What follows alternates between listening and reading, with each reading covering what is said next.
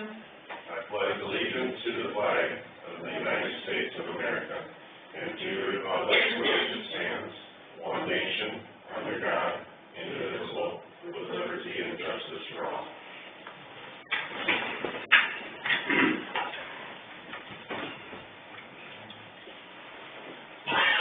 Mr. Schulte here. Mr. Jones here. Mr. Helmers here. Mr. Moore here. First item would be to consider today's agenda. Any changes? Make a motion. Support that. Schulte makes a motion. Mary Helmers offers support to approve the agenda for today. Any discussion, comments, concerns? All those in favor, signify with aye. Aye. Opposed, same sign. Next item identifies approval of the minutes from our last meeting on February 26th.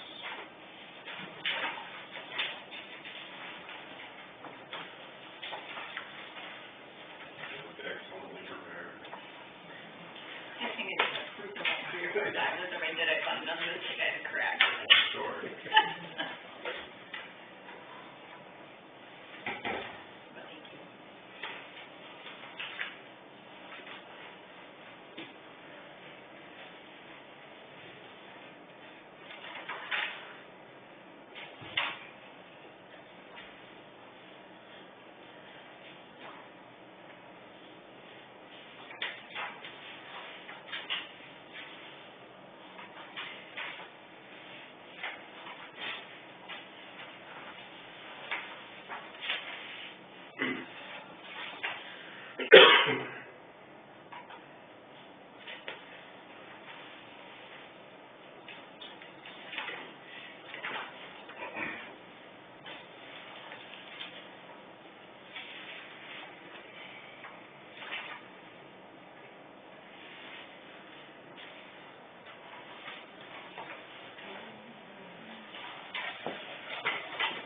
Approving the minutes.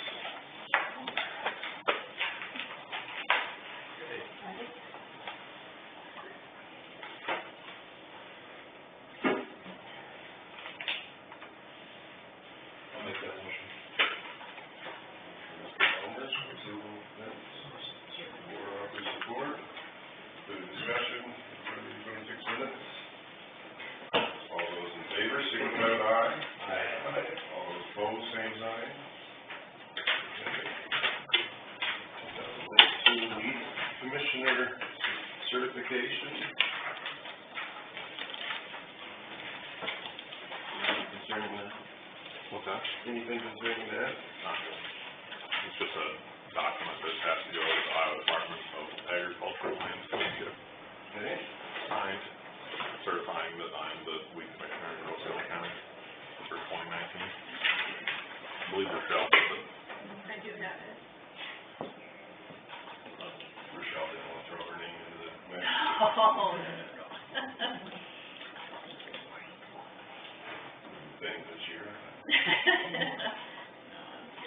Do we have interest in certifying Mr. Schmidl as our weed commissioner in 2019? I'll do that. I'll make that motion. Schulte makes a motion. Support. Support from Mr. DeBoer. Any comments, questions, concerns, discussion? What's the motion to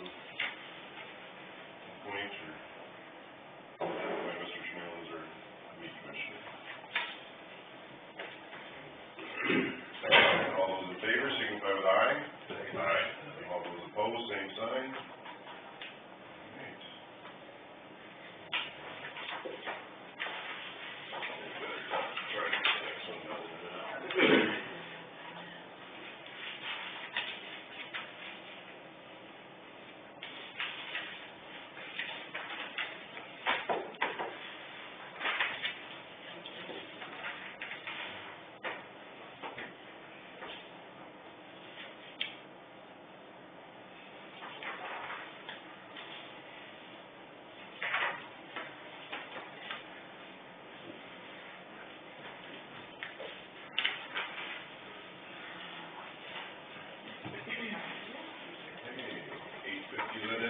time, your department heads, that Jamie's coming in to do that.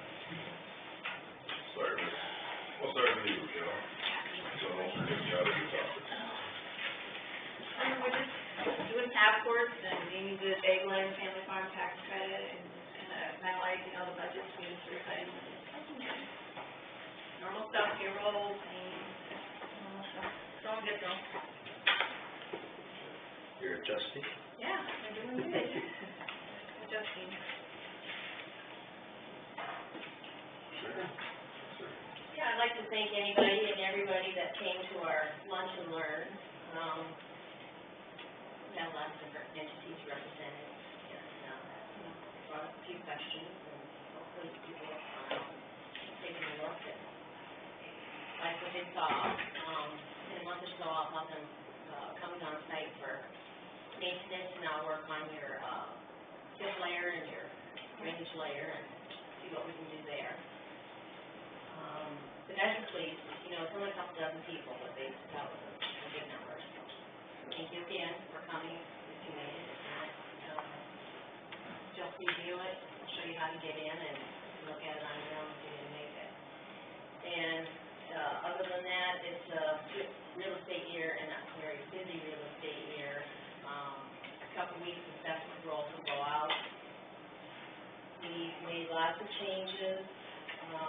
Some are still in the works, but in a real estate year, I just want to remind everybody that there's, I have two options. I can let the state equalize, and in the case of an increase, auditor's office gets to send out the assessment rolls, take the heat. So, or we can do that in-house.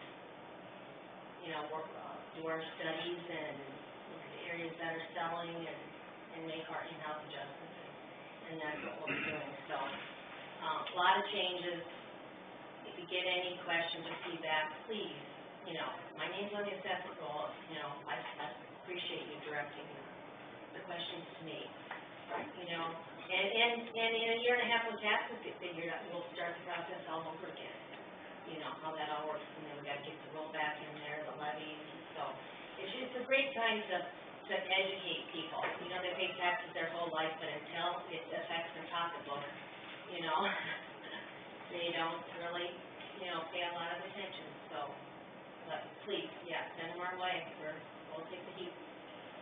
I have a question. How many of those other entities that were at that meeting for that pictometry, is that what it's called? Actually used, does any other? Well, we loaded, all those pictures and gave to the city hall. But I mean, like the sheriff's department, the different. Nick was there. Do any of you guys, does anybody else use that? The, I mean, that wasn't that kind of the gist of it, that maybe more people could use it, but, Yeah. but do they? Well, I'm not really sure what 911 is using. I know we loaded our address point for the 911 system. But as far as the aerial photos, I don't know. That's why we invited the fire. Well, I just was curious if anybody actually. But we just get the wheels turning. Yeah, and the engineer's office. I mean, if we could, utilize it more, Right, it would exactly. be more. It's all bought and paid for, so we just want, share it.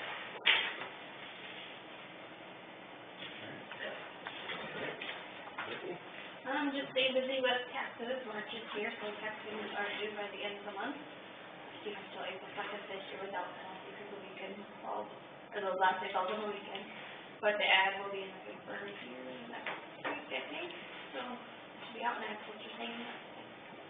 Thank you, bye. Well, staying busy with snowmobiles yet, and now, boat renewal is in full swing, so, and we are still learning with the new DNR program, so some things are kind of a challenge, but otherwise, that's pretty much what we're busy with.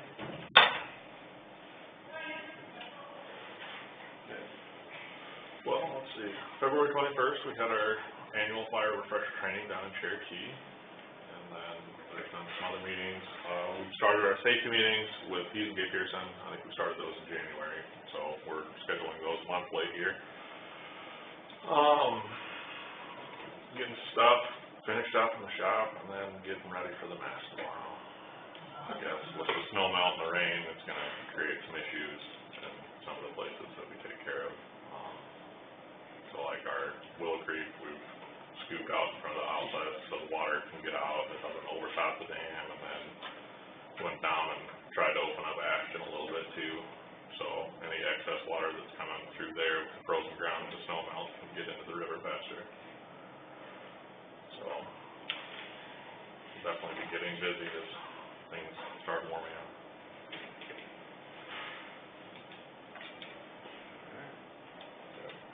Good morning.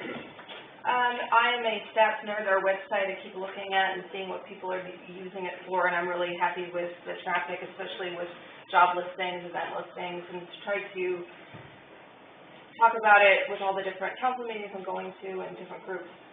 But certainly, you know, wanted to serve as a community calendar, and it is. I see people and what they're viewing, so trying to sort of make sure that people understand that it's a tool we can use. So I'm scouring the newspapers and just trying to connect with people that organize events countywide to get it on there. We had a great Community Foundation Grant Award. City of Melvin hosted us very nicely. Thank you, Jerry and Ed and Mike, for being there and helping. You know, I'm sort of just looking at the process and looking at the applications and talking to people and just seeing, you know, if there's anything we need to do differently.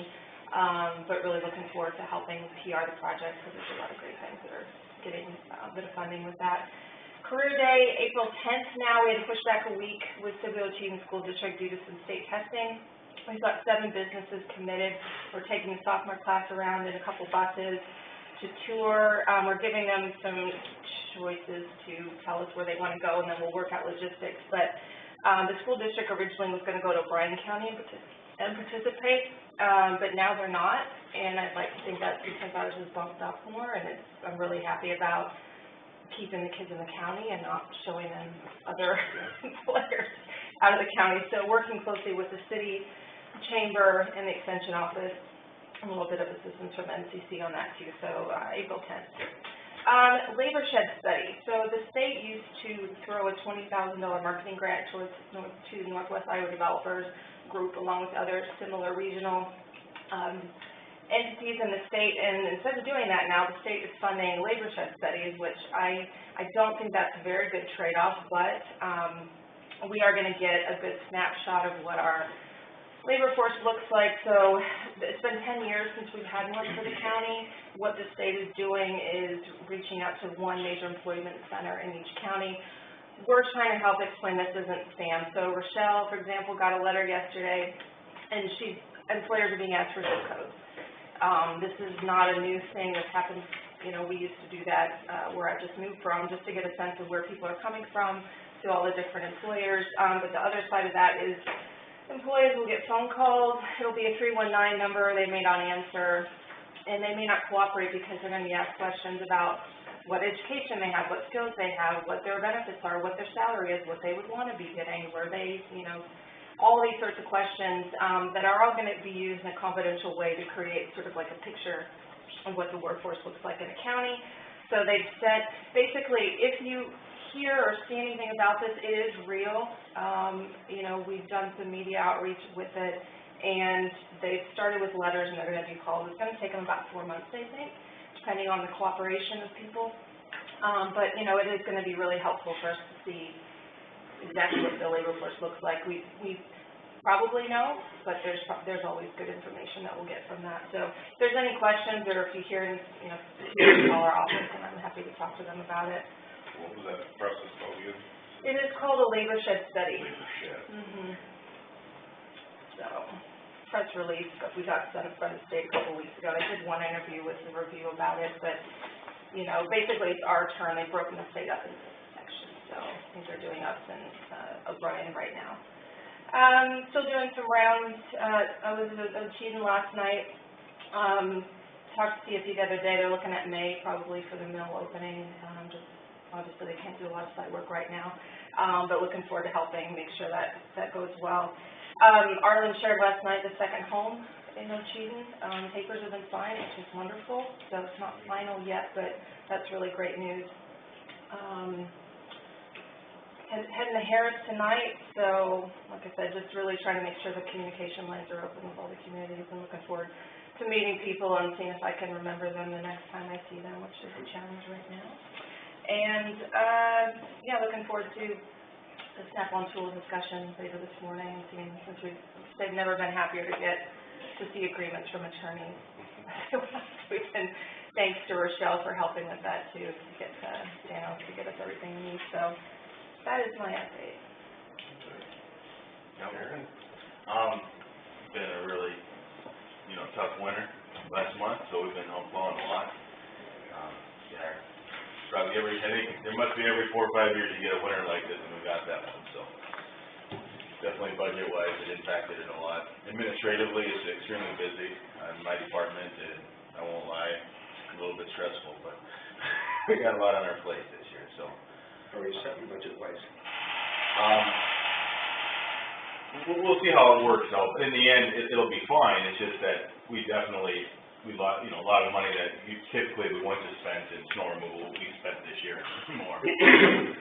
So, you can't plan for that, you know what I mean? That's just part of the weather. What you're anticipating to what you spent? Yeah. Is it close or not? I went over, and I don't know, it's not over yet, so we'll see what happens. I'm worried about flooding over the next couple of days too. We'll see what happens with that. I mean, it's a bad year, so.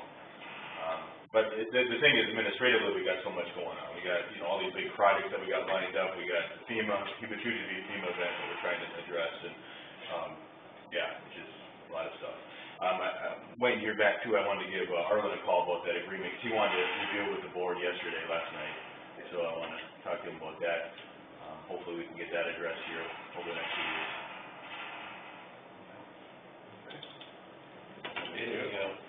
Any concerns about the windmills starting already? Yeah, a little bit to me. I've had a couple calls on it. Yeah, because those roads are looking really bad right now. And it's a worse time of the year now. It was kind of dumping the way I understand it. Yeah, so I'm a little bit concerned. But we have a meeting with them today. We'll talk about it. Yeah, exactly. Yeah.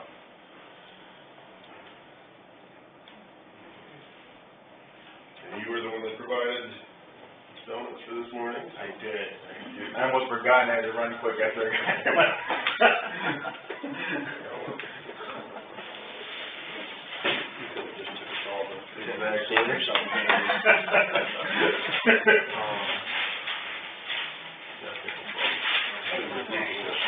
Yeah, no kidding. You won't be here. Thanks for coming. Oh, no, I had a great time. Full belly. I went to the gym after that. Nice. I put away how to pancake. Good I don't make sure I that lady. He's coming up to me on another plate. It's great wing staff too. Did you hear anything when you were at the meeting last night then? Did they talk about it? Oh, okay, gotcha. Smart of you. They're like, Thanks for coming, yeah.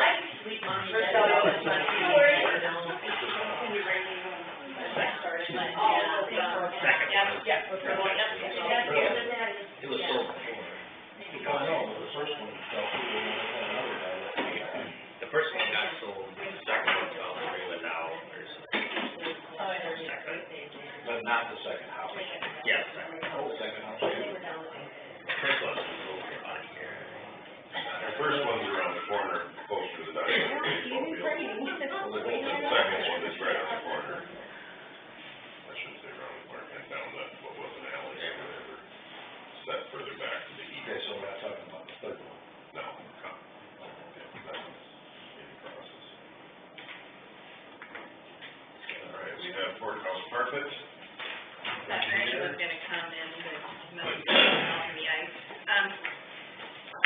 The attorney's office, when they, removed the carpet to get it dried out, it did not, there was a big lump in there, it did not, I don't know, seal well, I guess, or whatever, so we need to replace that carpet up there. Ernie did come on the weekend, because right by Nolan's office, there was a little bump there, and he was afraid someone was gonna trip on it. Ernie did get that fixed, so it's better, so the carpet's not necessary right now, but, the insurance company would pay for the attorney's office, but not Nancy's office if we decide to replace. And this is the tuck Part of the pointing. water damage. Yeah, because that was part of the water damage, was we had, as we have to and Ernie didn't get any more quotes. I said we were gonna wait till after we discussed it today. We did the last time, he said, because the insurance was taking it, so we just went with what, what. These estimates are just for the office at Minty, Yeah. because it might be Well- advantageous while the attorney's office is being covered by the insurance to do that process all at once and combine it together. There's two Which would separate- be, Yeah, this first quote here is just for the attorney's office, and then they have Nipsey's office separated. And then there's another quote that if we need underlayment. Ernie's pretty positive we're gonna have underlayment up there. But, and the carpet that's in the treasurer's office right now, I guess, is getting obsolete, so we probably won't be having the same, once we decide to do carpet, we probably won't be having the same carpet throughout the whole courthouse. Ernie said that they could buy a whole, whatever we need, and we could buy it now and then just hold it when we decide to do that, but that could be a few years down the line, I don't know if they would. would really be in a difficult spot to Yeah. get different bids too, then I would, Yeah, I would hesitate to tell them to order it all for us, and then I know. potentially go elsewhere. I know, so. He just This wouldn't- would be utilizing the same one as in the treasurer's office. Yeah, that's what Ernie told me. And we need to do like in the Capitol, where the House and the Senate. Different colors. Carpet and each office, we have Well, it probably would be that way, time. So, So the first two are just for the attorney's office. yeah, and then the next two are just, is with Is no, in with addition no, to- yeah, with no underlayment. The first two is with, yeah, it's all just, Without underlayment, Yeah. only the attorney's office. yeah, The final two are only for the other portion of the office. yeah, it says, under the PO numbers at the attorney's office, and it has secretary's office, and then then it has no underlayment, and then the secretary's. Oh, okay. See that? I was confused too. Yeah, sorry. You gotta look under They're all that. Which one is the attorney, which one is the secretary? The only question I have is, do we pay sales tax? No, they would have to take that off. They didn't do that. Well, we haven't, the carpet and stuff in there, we haven't paid. Jensen's insurance will pay for all of that. Yeah. They probably have to pay for it, Yeah. but Nipsey's office, if we decide to do that, we can sell that. So we would just get billed from Nipsey's office.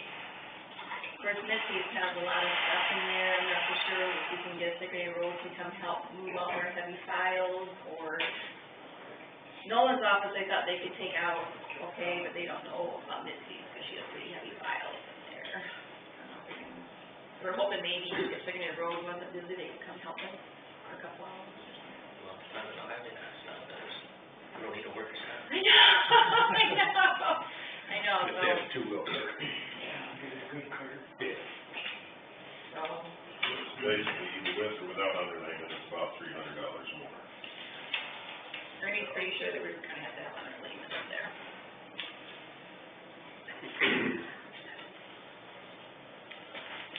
First thing I'd like to see is do it. As far as matching carpet later. It doesn't to me. Looks like a carpet thing, I know, but. I think within two adjoined offices, it'd probably be nice. Yeah, there, yeah, I wouldn't like to guess. Yeah. Right. Well, we don't I have think to it'd rest be the good. courthouse for a year, so we can't. We would get it close. Yeah. Given the circumstance, I think it would be good to give approval to do the office that's Mitzi's in as well. Well, yeah, it can be, yeah. I'll make that motion to do it both. I'll second it. And that would be open to doing the underlayment Yep. if needed. Yep. Okay, so Howard and you second it?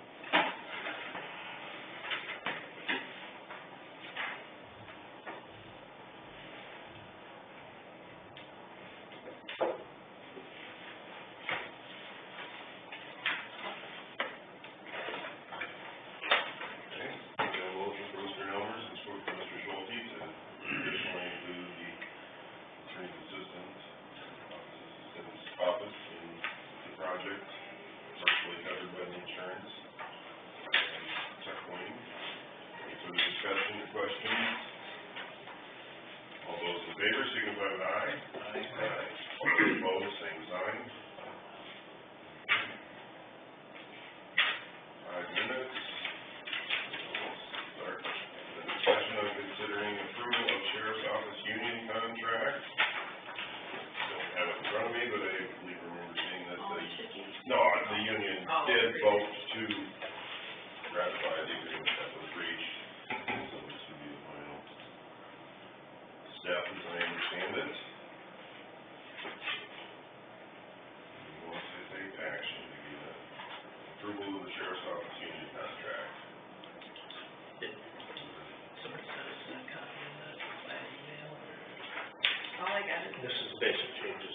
kind of the final turnout of a lot of things that were agreed to. I've not seen a updated full contract. This is just the, But this is the basic changes. well, there were others prior to that, these were the last ones that got temporary agreed to. The entire negotiation was around time. Top, it says addition to all FTEs. I make a motion to approve that. Support that. Milners. Two-year agreement. Any further discussion? Not that there hasn't been plenty on that already. It's good to get to agreement, so. Without further discussion, I want to ask all those in favor, signify with aye. Aye. All those opposed, same sign. Two-year agreement.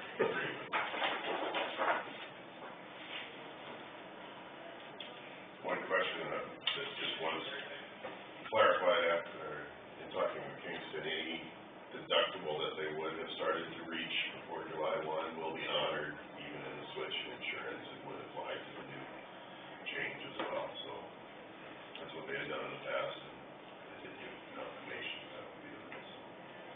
Okay.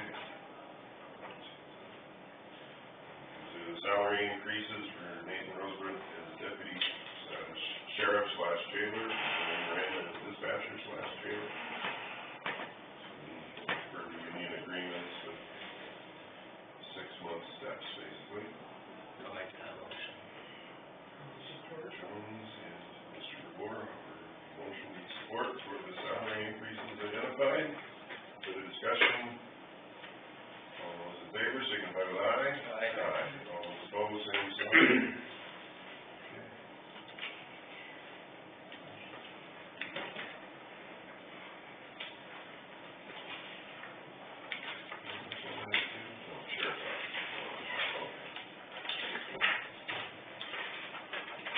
Got a copy of the 2080 agreement with Northwest Iowa Care Connections in the stack here. I emailed it out previously. Really, the only change was deleting Lyon County from the 2080 agreement. I would encourage us to give approval to updating that 2080 agreement. Make a motion to update that agreement. Approve Lyon County. Mr. Jones makes a motion to approve the 2080 agreement. Mr. Lyon County. Second. Mike Schulte offers support. Further discussion or questions? I'll just add that we are going to review the bylaws as well, because it states that the executive board can meet, but with the way it's identified now, the chair, the vice chair, and the treasurer secretary, that would constitute a quorum of the board, so maybe it, but that's not addressed in 2080.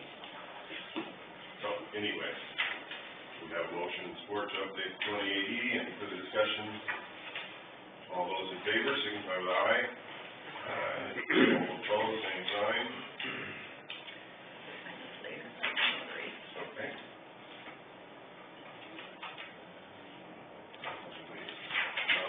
Well, it should take too long to appoint an attorney for Drainage District 43.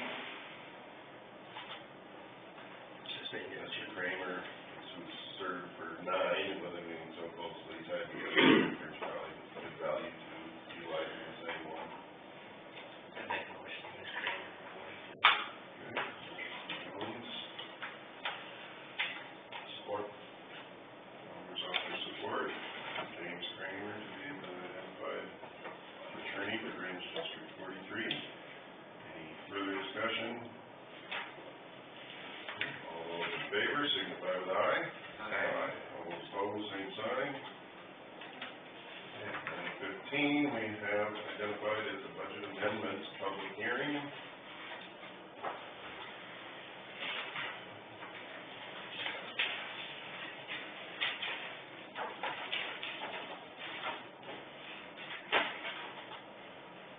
At that point, I will ask if there has been, we've received anything written concerning the hearing. I would open it up to the public to receive comments concerning the budget amendments.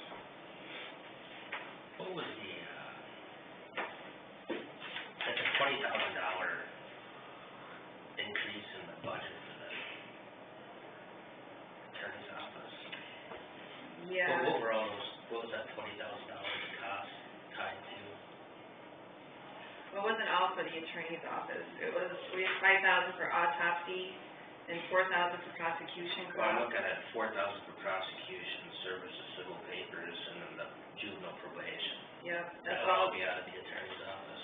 no, they're all other different departments. Okay. It's, autopsy was 5,000, that comes out of service area 1. And then the prosecution,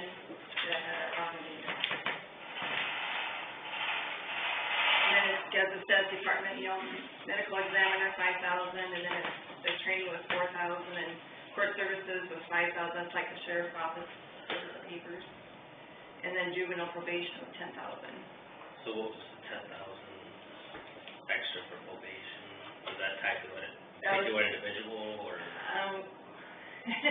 We've had a lot of juvenile expenses this year. Okay. So we're down to, we did a budget amendment time before, we did a budget appropriation, and we're down to $300 in that part. So we had to do that. Did he increase the budget for juvenile for this year? I can't remember. No, every year it varies, kind of like autopsies. But he thought that that it would probably, no, we had 23,000 this year, and we have 23,000 for next fiscal year. It just depends on the year. Yeah. I don't know.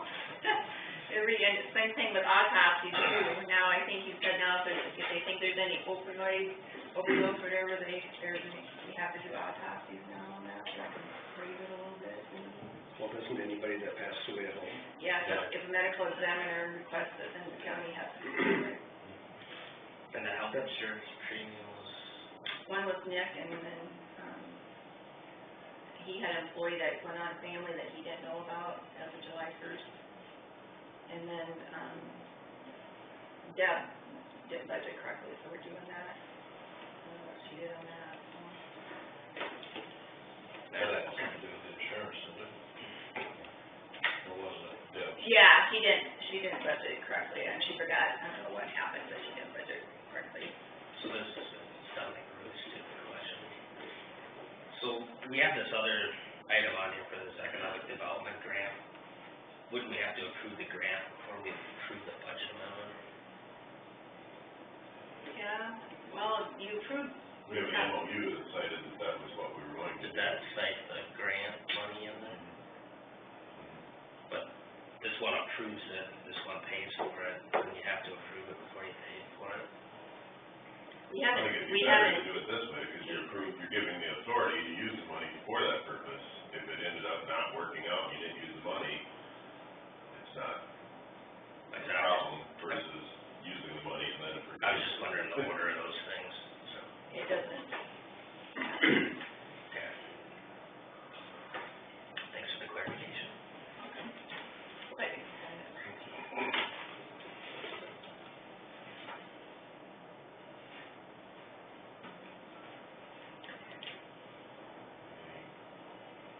Comments from the public?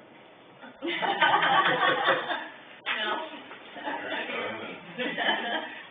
Come on, say, to close the public hearing portion, do we have any further discussion concerning it, or do we want to consider resolution 25, approving the budget amendment? Can I make a motion to approve the amendment? Jones, to approve resolution 25, approving the budget amendment. Second. Support from Mr. Schulte. Further discussion? Hearing none, Mr. Jones, how do you vote? Aye. Mr. Schulte? Aye. Mr. Moore? Aye. Mr. Delmers? I vote aye. 25.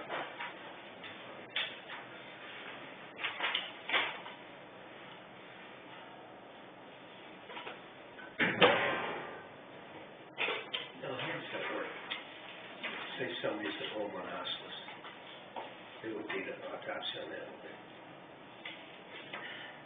I don't know, it depends if medical I think that's examiner, his call. it's his call if he goes it or not.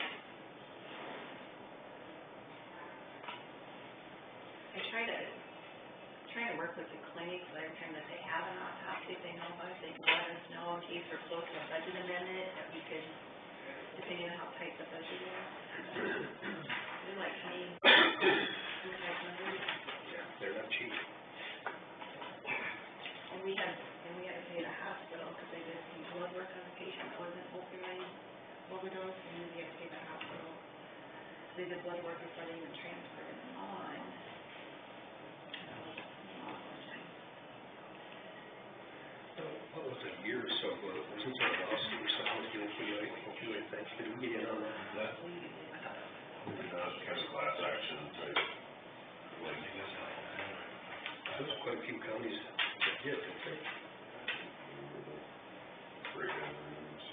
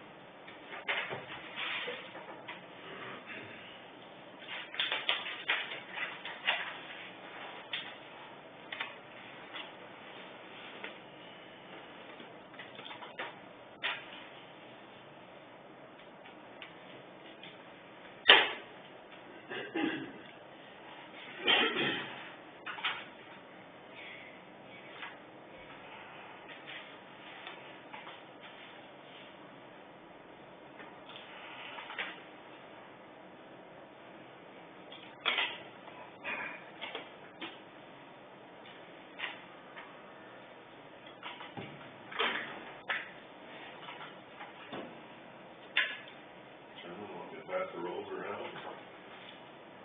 Everybody wins it. Like,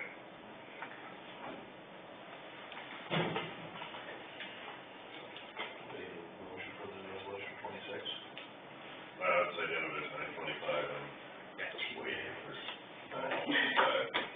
Almost time.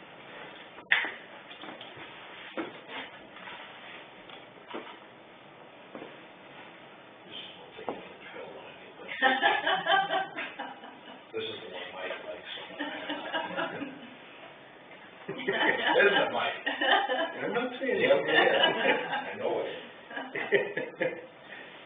You might be right. Sell it to you.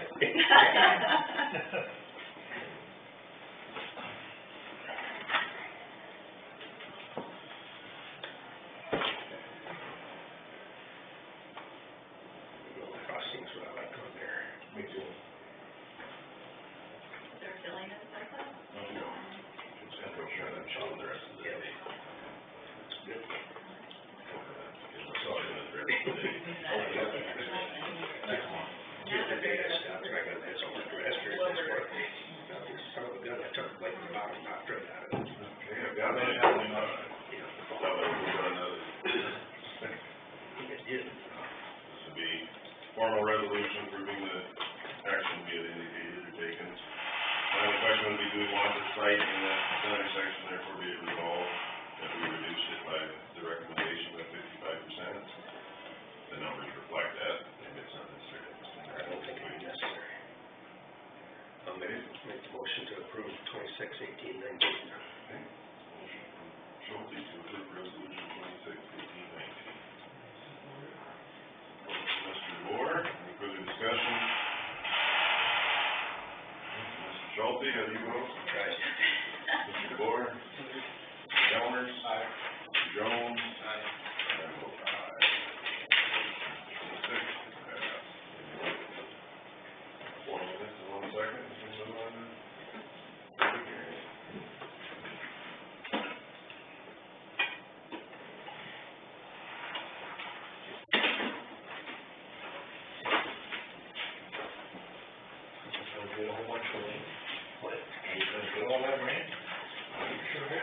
think it's, but again, geez, I'm just glad we're not up down Pelwood. There's places up to a foot. I know, I said, I out to something nice, but I said, right now, I just didn't have this rain. It's not supposed to ice anyway. No.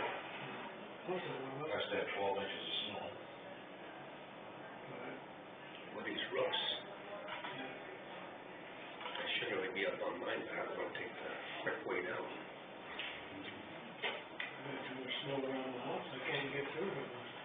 Well, that won't hurt when you go down. Yeah. Soft landing.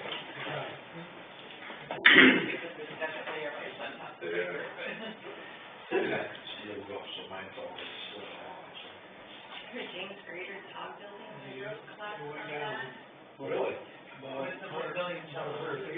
They're about a third. That's pretty new, too. Yeah.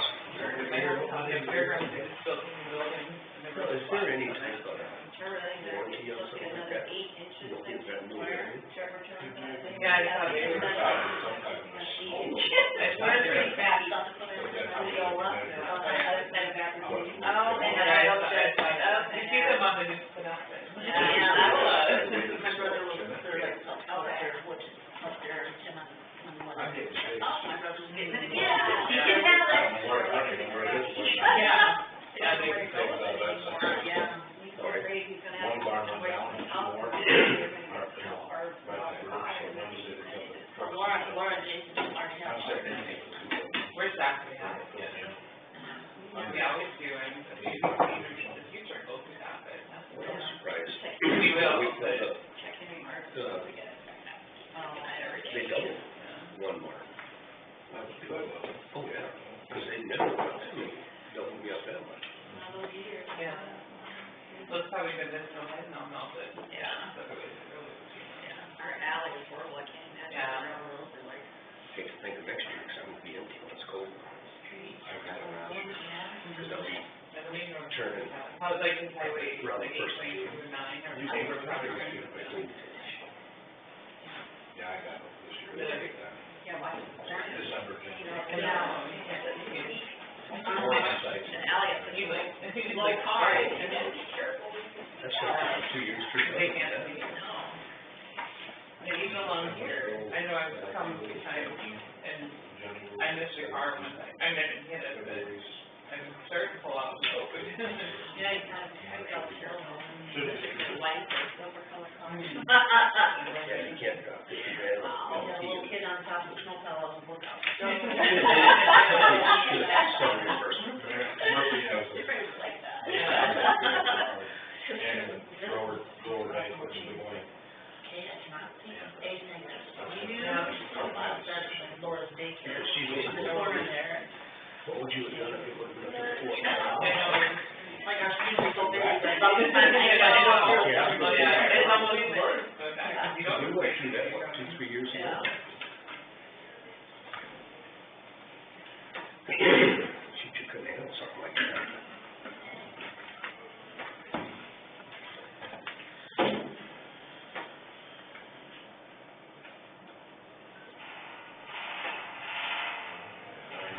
Be the time identified for a public hearing concerning the county budget as proposed. Have we received anything in writing? I would take the time to open the public hearing and receive comments from the public concerning the proposed budget.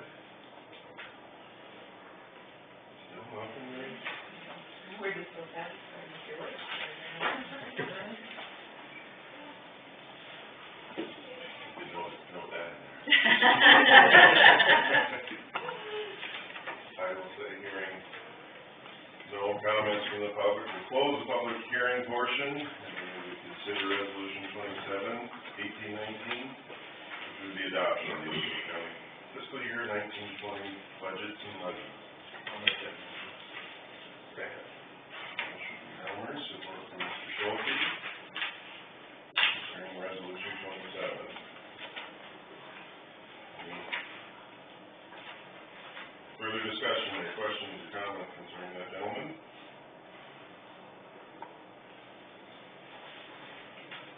Hearing none. I'll move it for a third time. Helmers, how do you vote? Aye. Mr. Schulte? Aye. Mr. Jones? Aye. Mr. Moore? Aye. And I vote aye. Alright. Take more time.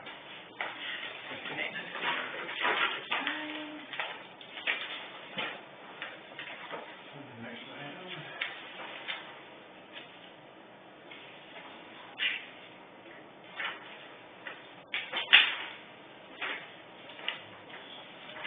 We've only added resolution 28, will be concerning the economic development grants and the development of the Hurlburt Schools LLC.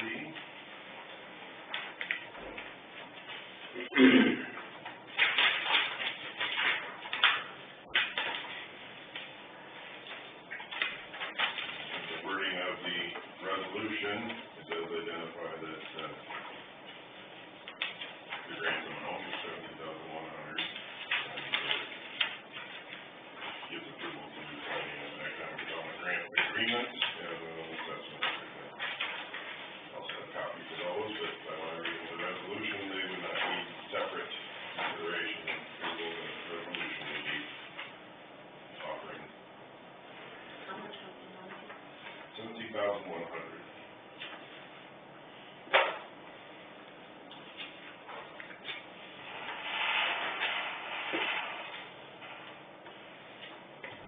Then provided back to the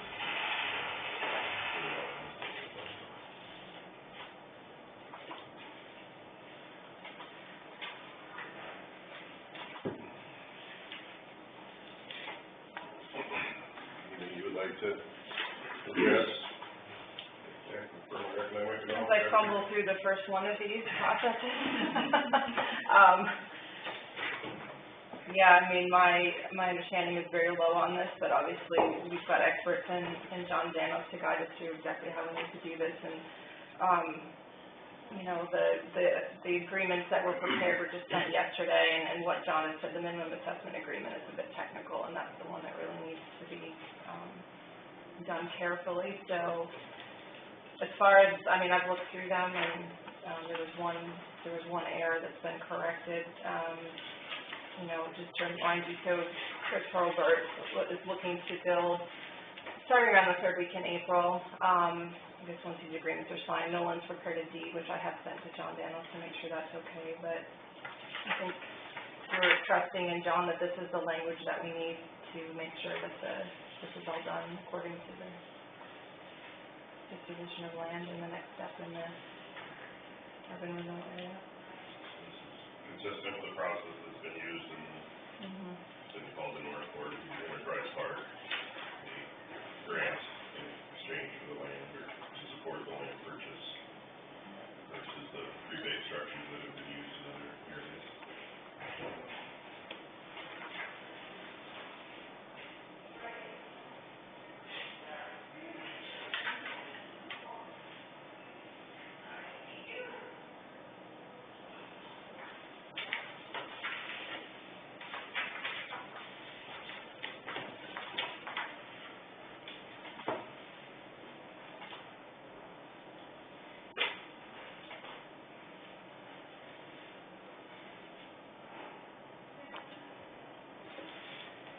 Is there interest, other than by me, to approve resolution number 28? Is there a current valuation on that property prior to putting the building up? To have a dollar on that? There would be an assessed, that would be the county's name, so there wouldn't be any Yeah, and I haven't, receipts. because it's blank, so I got that late yesterday, so I haven't talked to Sharon about it, but I know, you know, the numbers were crunched in November. Land So after value, January first, it had no value, so we just put a zero in there?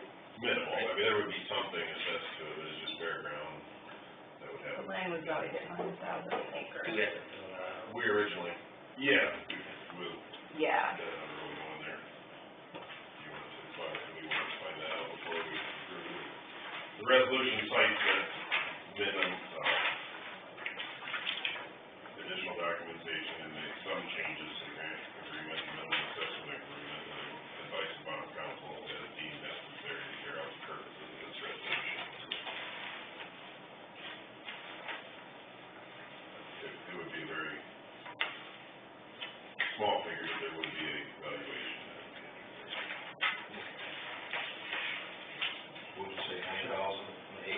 9,000 acres was, so 1.9 acres.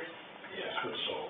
Like I said, it came in about That's 40, not the assessed value either, though. No. that's the land, that's all I I have. purchased it for, and that's what we've been using to figure out the value of it. Get that figure from the assessor then?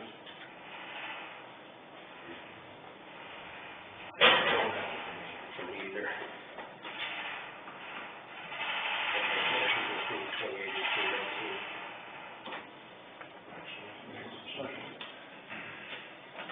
Or offer support to approve resolution 28/1819. Authorizing the executing of the development agreement and civil assessment agreement. Any further discussions concerning resolution 28/1819?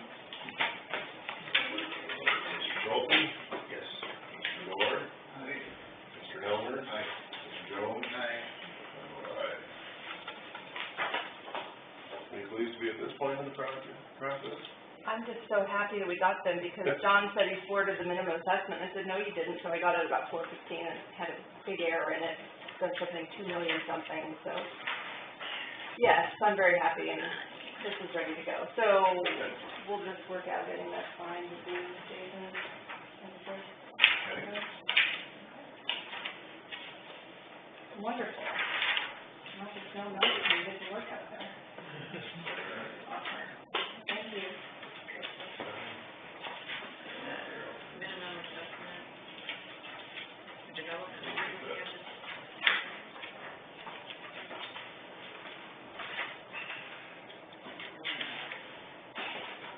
Hopefully it's signed up already. These two? Yeah.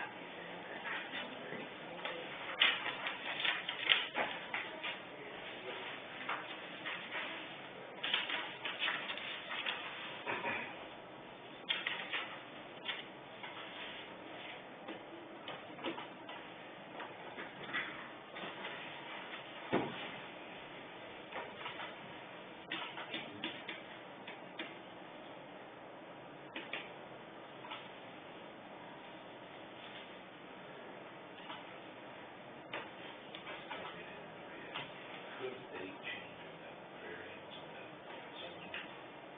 Could they put subject to this difference, if they were on to it? Let the actual side development share that information. I don't think they're talking about that. Because I asked them about that. Well, I had a person say, oh, I don't know, this I go, well, let's get the card in that, if you can't, if it wasn't in the ordinance 50 years ago, or his understanding is not like you, well, yeah, if it's not in the ordinance. My grandfather is, I know. according to the state, though, you are a city, so it's. Yeah, I know. And they should have done one. Right. But I know, that's right. we don't discuss it.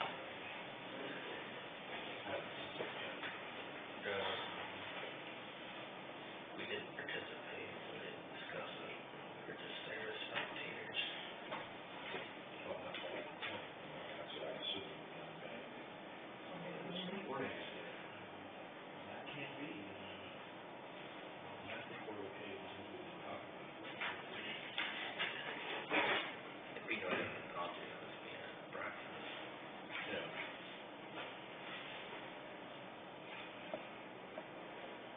You come up from South. Spencer. Yeah. Our offices. Roads are a little better. But that. Roads are a little better. Much better. They were good. I was hoping for my son's on the way to Vermillion this morning for jazz band, so I was Oh, hoping that the roads were good. Yeah, no, they're fine. It's just weird, there was a little bit of a mist in the air already, so. Yeah, yes, it's gonna take a go. So they were supposed to be getting like a It's gonna take one day, deluge in the next 40 hours, but because they had other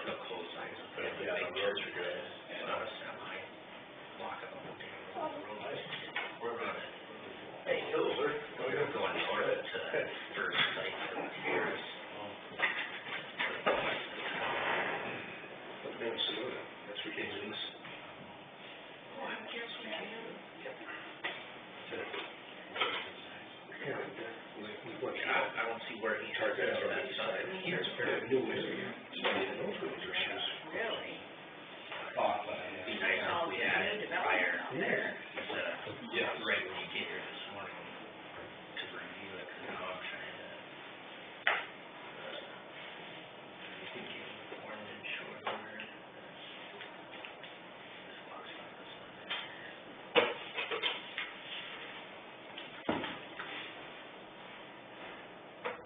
I hope, I got 2 emails from Aaron, so hopefully this last one is the updated decommissioning agreement. And it's gotten this one. Yeah, the second email is the one you're supposed to use for the decommission. Yeah, okay, that's what I did. That's what the Yep. email says. Okay, I didn't read that right. I Yeah. don't know. That's right, hold on, I look at that. Get copies of it.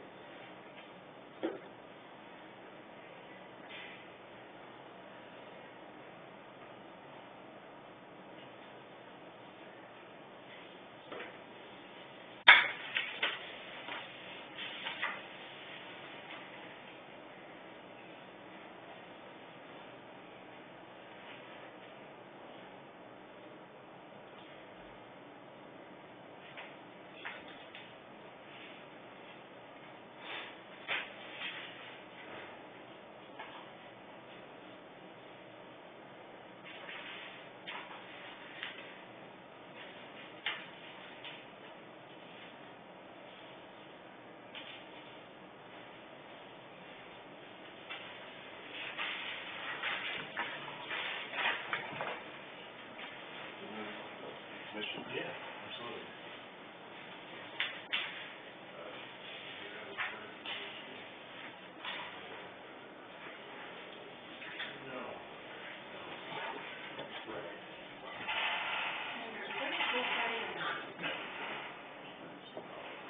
Just professional day or whatever. It's the conferences. I know that they were maybe considering taking it as a snow day, but I don't know, contract wise and No, I wonder how they're gonna start making all the stuff. Yeah, right now, I think they were talking Monday or Tuesday, too, right? That one's not gonna do it. How many days do they have? About 5, 7? Right now, they're on June 4th, that Tuesday after. Oh, really? Yeah. Although they take them Monday. The strategic said last week, what they might do is go through the 30th And their 31st, previous one and then have a teacher, because it sounded like the kids would have enough hours if they stopped the 31st, and then the teachers, if they decided like answer, they stop next Monday. They should be in there fixing If that. they don't have a whole 90 days. Yeah, either. fire, so it doesn't give any. Might be about it. Well, that would be good. That would be better, it would be, we can go back to one day.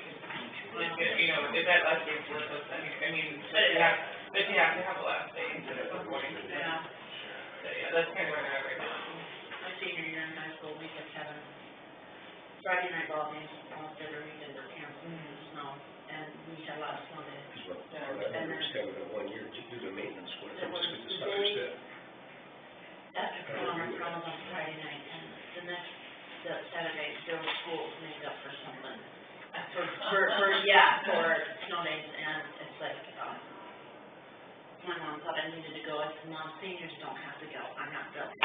Oh, yeah, and this is the day after prom, that's when. And I was like, yeah. I remember to me a Saturday makeup, but I don't know if they really have too much anyway, because there's stuff going on about every Saturday. From now till probably almost to the school, so. Yeah. Between us, I know Valen's got stuff like, on the weekend. And they'll have the fire trip next week, so they're, Oh, yeah, where are they going? to Memphis and Nashville. Oh, wow. How long are they gonna be there? They leave the 20th, next Wednesday, and then I think they come back the 25th, that Monday or Tuesday of that next week. Yeah, but of course they'll take like, That's some way to. well, this is that they drove through with me a day. That's some. The high school fire. According to this. I'm not sure. Maybe I'm reading this I wrong. would guess, probably. Someday they're leaving. Oh, yeah. Cause that, from here to Nashville is about 17 hours. My Drive, question is, you who's know, stuck for in your here every night? lunch, so. Yeah. Yeah. Barring no weather. My brother used to do that, he lives in South Nashville, and he used to do that. I'm gonna leave and Yeah, drive well, they go over and file bankruptcy on the other side of these papers. Yeah, close it up in 2 days. He's a truck driver. No, he lives there, he works at a General Motors plant as a computer programmer, Okay. but he comes up here usually Christmas and once in a while, otherwise. He drives wherever. I'm not see what they want to do. gonna drive to me, or I'm gonna, everyone's got But you gotta make your sufficient, My goodness. Is he married or? No, but he can. Well, yeah. Just do whatever, yeah. All right. That's kind of, what he's doing now. Whatever he wants to do. Yeah, yeah. Yeah. So, but yeah, he's wising up into things and saying, I really shouldn't be driving that long, especially in December, because he seems like somewhere he hits something. Yeah, that's a long way to be, that's what I'm hoping they don't hit, going down, but next week it's sounding drier, so they should be okay.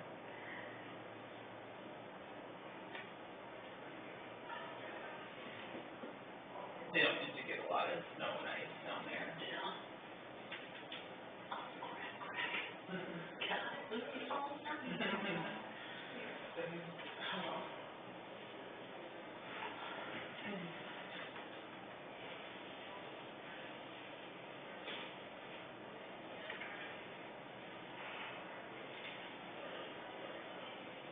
The mill's been delayed a little bit for the opening.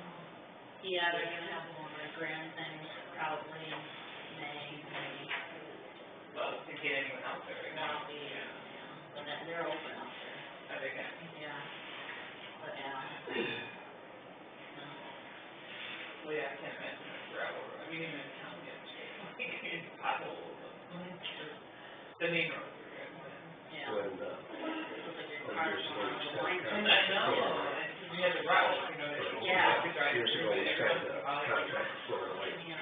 Mine's just main street, well, there's a county and And I asked stuff. them, I asked, what happens if you guys just pull up? Side street. Or since it's private land, Yeah, there's like, you know, here, up towers to pay to have it taken. No, no. We went, So I don't know. we drove in, we shot up and went. Yeah. That we do. Oh, really? And, no, we're a lot more than we do. It just seemed like for a while, they were getting hit all the time that we did. No problem. And the February. Yeah, Oh, yeah. And it got cool weather. What? I know they were raining and running, we got a lot more. Yeah.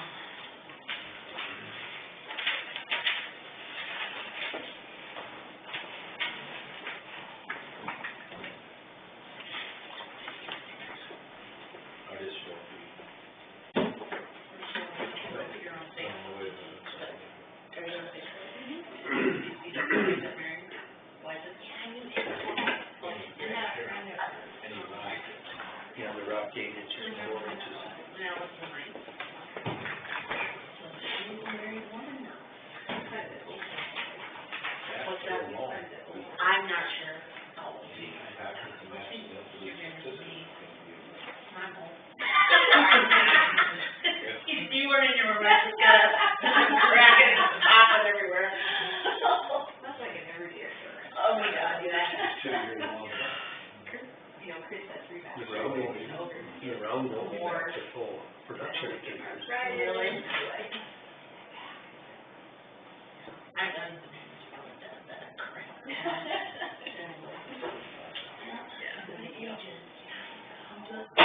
Gracefully, and others don't.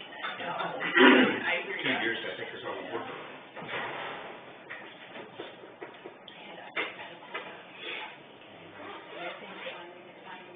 You know, this is interesting. You know, all the time. Wonder if Yeah, you see it, but yeah.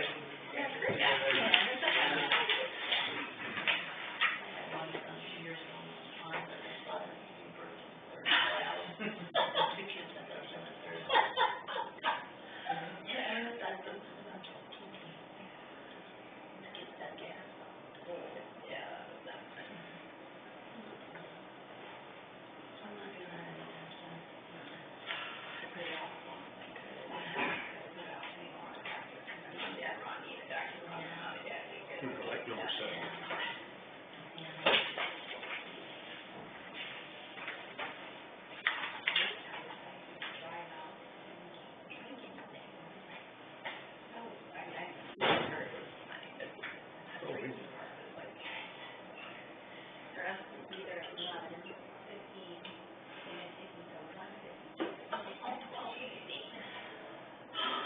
Yeah. Yeah.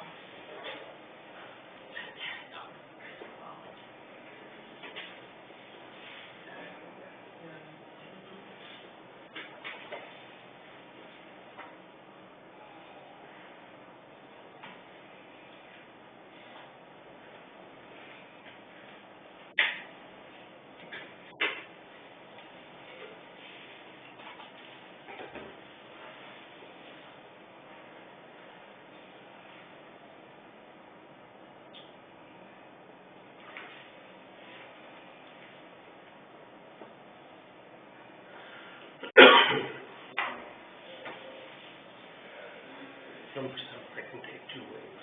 Yeah, I know which one you said that I could read. Yeah, I can take that 2 ways.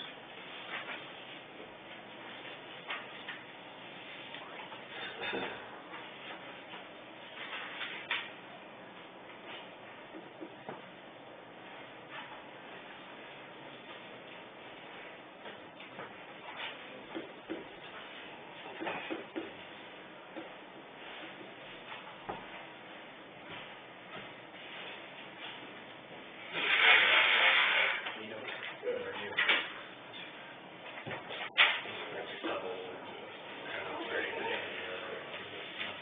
So that's it.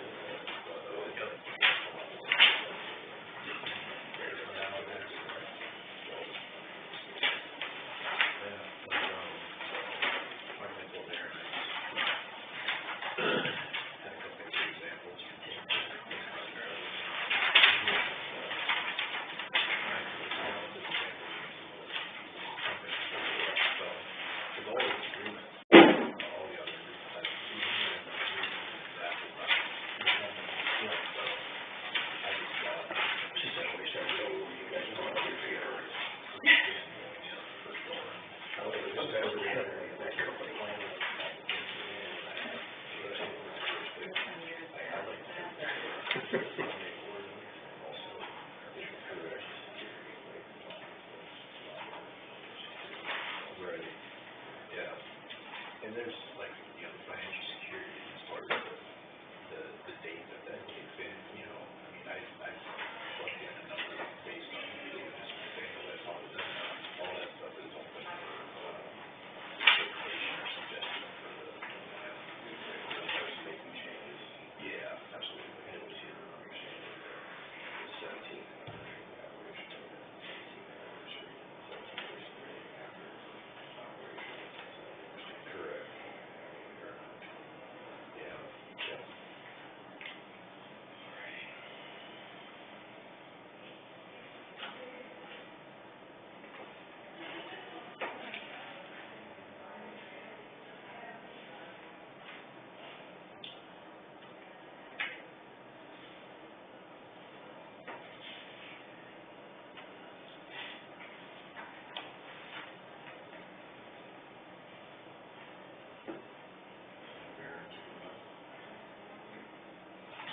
I think he is going to be waiting last minute to see if we're going to get back another edited copy of this, but.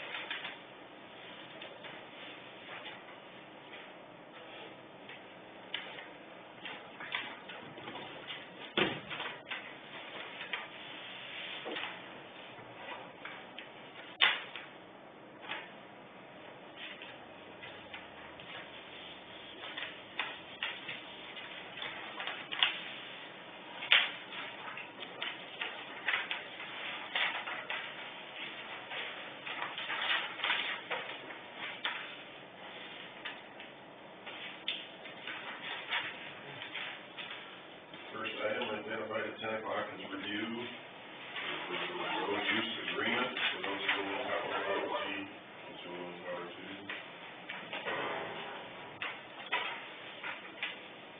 We'll rely heavily on our engineers' recommendations concerning this. This is already, this fee substantially the same, or basically identical to the process we took when they did the repair on the one, Tower 15, I think it's called. Correct. Yeah.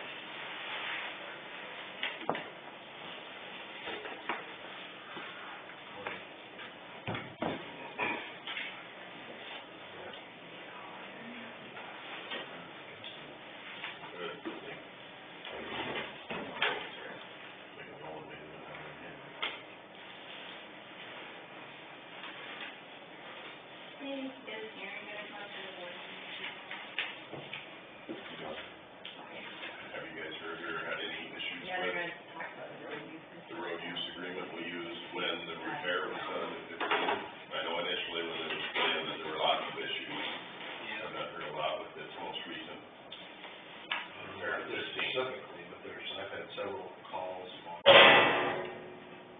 stuff that's going on already. I have as well, and I guess I'm not sure why we've already started tearing up the roads prior to us having all these things done in the agreement. Because we haven't gone out and videoed the roads, established what's there as far as the quality and condition of the road. And if you've already tore it up, it's kind of hard to go back and say that, well, that's the condition, and this is what we want repaired, so I'm not sure what's going on with that. Has Aaron gone out and checked them and made notes on them? No. Aaron hasn't been out there?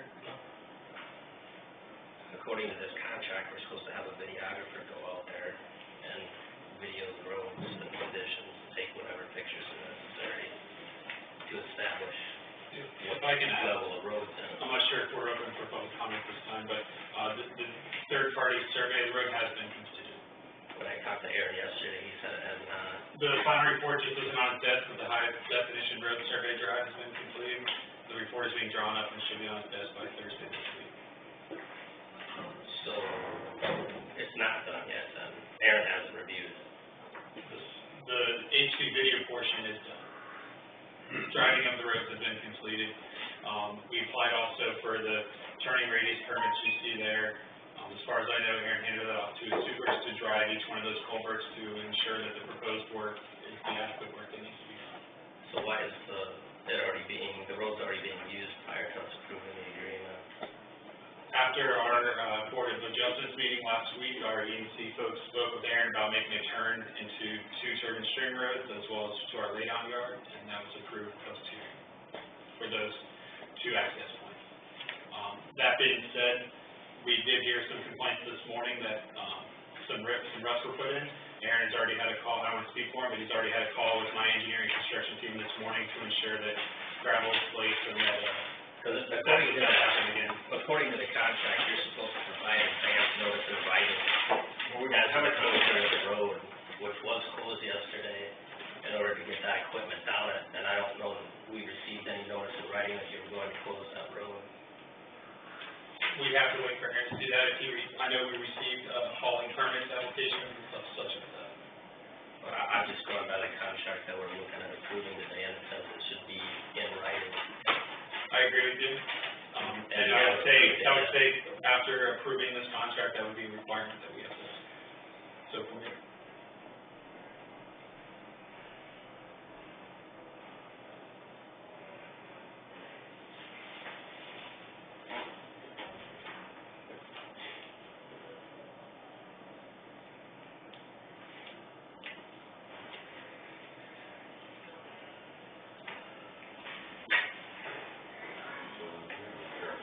Yeah, he had no one down there, and he was down there, somebody else just like send him up.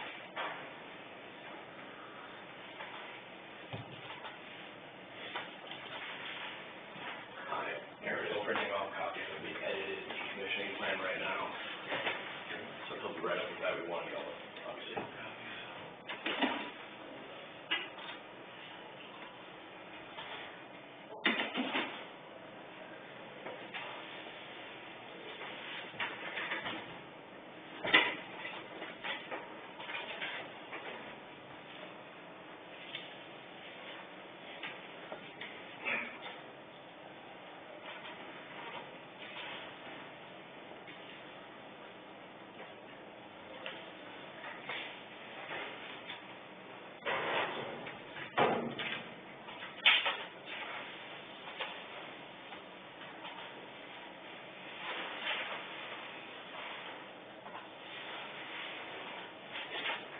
Steve, is this road use agreement similar to what's been used in other counties with success, or is this?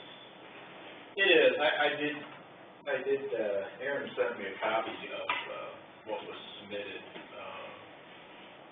to a county for review, and I looked through it, I didn't have any, nothing jumped out at me that was glaring, that was alarming or anything. To be perfectly blunt with you, I haven't had a lot of experiences with the road use agreements per se, because that's out of my realm of expertise, and I usually defer to, county engineering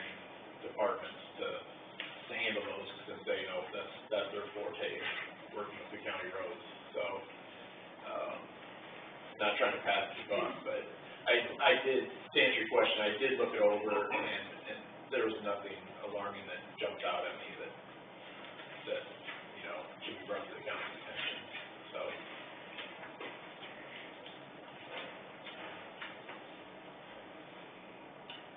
Unless I missed it, the one thing that jumped out at me is that there's nothing that mentions reinforcing the roads prior to transporting infrastructure down them, as I've seen in other county road agreements.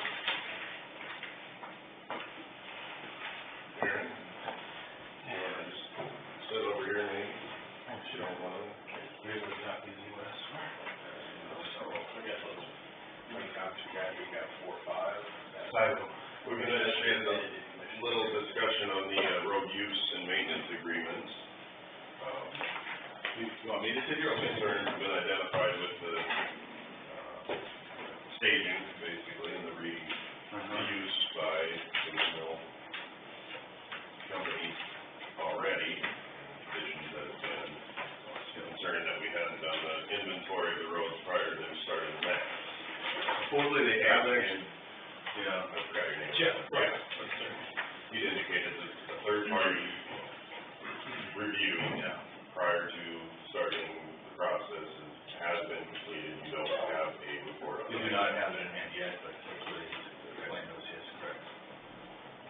Because then we have to agree to their assessment of the conditions of the roads, which you have yet to review. I've yet to review that, so I can't really agree to that aspect of it.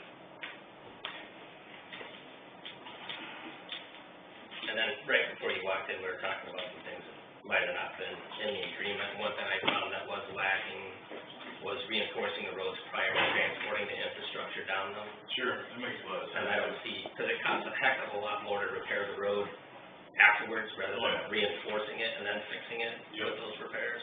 And I don't see, having looked at other road use agreements, add those in there. And I don't see any language like that in this agreement.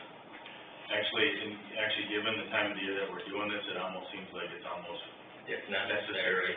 necessary and prudent, because, and that's why actually I did have a call with their contractor Blattner this morning too, because obviously regarding the issues that we've had, and I explained to them some of those exact things you're talking about right now. I know one of the things that got listed in one. They may need to haul in like crushed quartzite, like surge rock or something to put down on some of these areas to stabilize them. Even though in the future, they'll maybe talking with gravel, but they might need some big ballast stone or something to actually get access to these roads on these gravels. Some of these contracts have adding, calcium That'd be another way to do to it. gravel roads to a depth of at least 12 inches. And then 3 inches of stone placed on top of that in order to stabilize the road.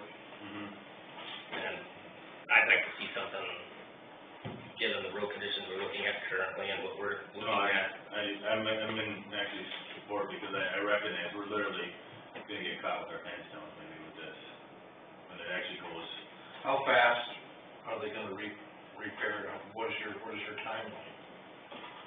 Right now? Road restoration, as soon as the problem area is identified, restoration begins in that area. Well, I mean, how fast are you gonna start replacing these windmills tomorrow? So, not tomorrow, but we've started taking deliveries. We need to start taking deliveries. We're scheduled for the first turbine to come down in 8 days, next Wednesday.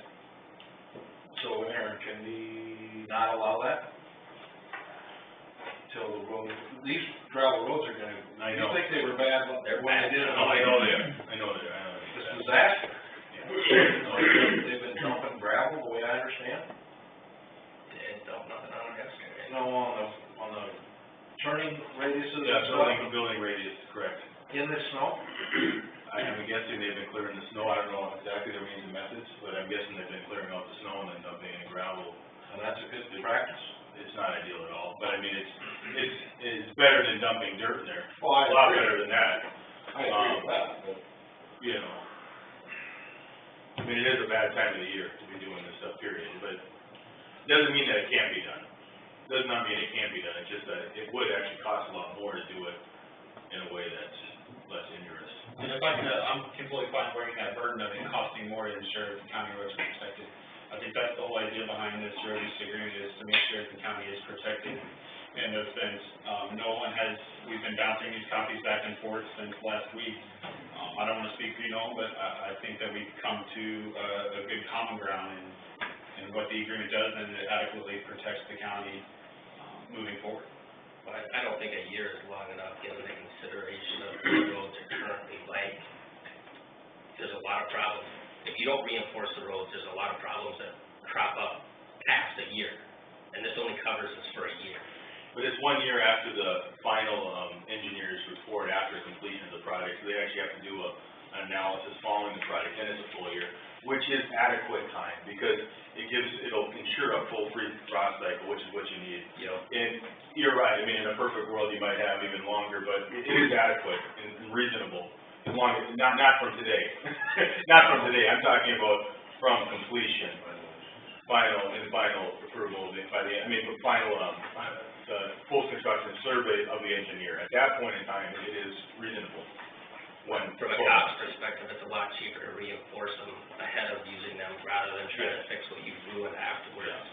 I agree, and that's why things like that could be proposed by the board, I think. Well, then, how are we going to require that? I'm not saying we shouldn't, what do we want to put in here? You just need to write in there that they need to reinforce the roads prior to transporting the infrastructure. And Steve might even have some ideas on this too, maybe he's actually seen some, road issues, maybe he hasn't, I don't know. Well, Aaron does after he reviews with the road. The question was, who makes that call? Well, it'd be us, I believe, I think it really is, but. Well, I think at a high level, I'm pretty happy with this agreement in terms of protecting the county's legal interests. However, obviously, there are some logistics and some issues that need to be worked out with regard to how we're gonna prevent damage to the roads. And I think, like I said, I'm fairly satisfied with this agreement. What this agreement does is it gives Aaron, as the road authority's representative and also a professional engineer, the opportunity to say, we need to do this before this happens, or after this happens, whatever this is, this XYZ needs to happen. And so if Aaron, in his estimation, thinks that we should be reinforcing these roads prior to these roads being moved over them, then those adjustments will have to be made, and if those adjustments do include some pushback in schedule, then, I think that the wind operator is gonna need to deal with that, and that's gonna be kind of the reality. And, obviously, I think folks might have some different opinions on that, but like I said, this agreement gives Aaron the opportunity to kind of, step in and say, okay, certain things need to happen. Right, and if I can add to that, that was the idea about supplying this haul route, back in January, right, was to give adequate time for you and your group to, the turning radiuses were identified and such, culverts were identified to ensure that if things like that needed to be replaced, they could be replaced prior to the hauling. And that's what this agreement allows, is to work solely through your office with hauling permits and entrance permits and moving forward with those. This contract all deals with damage after the fact. It doesn't deal with any sort of preventative issues and damage, and I don't see anywhere in here where it gives you, as the engineer, the ability to make reinforce the roads prior. All you have the ability to do per this contract is have them fix it after the fact. The way I look at it too is like, I actually somewhat of agreement to some degree on what you're saying, and I think there is something to be said about, having. Well, and looking at other road use contracts that they've done with other wind companies, I think that it would be prudent of us to put in that language to reinforce those routes prior to, just for, it's cost beneficial to them.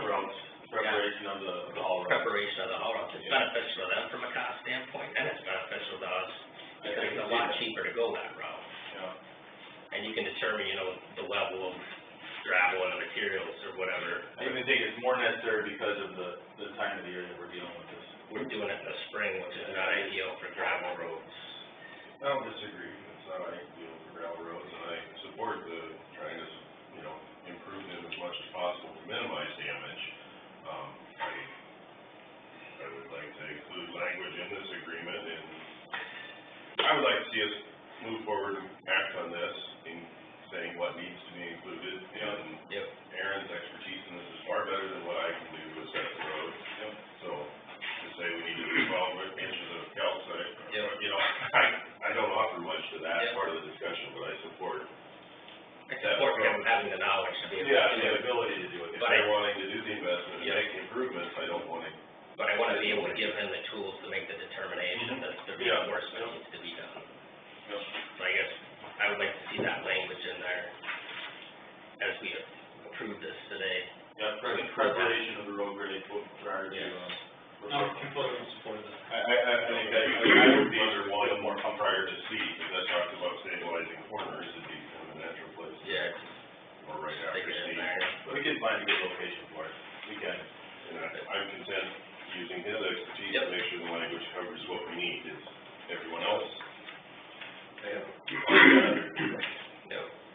Yeah, I'm guessing there might be a couple of things to look at. Number one is stabilizing for the hauling, so that they can start bringing in some type of rock or something to stabilize them. And during construction, as we get into the regular season, we might have the ability to apply calcium chloride or something like that as necessary. It'd be something to that effect, I would think.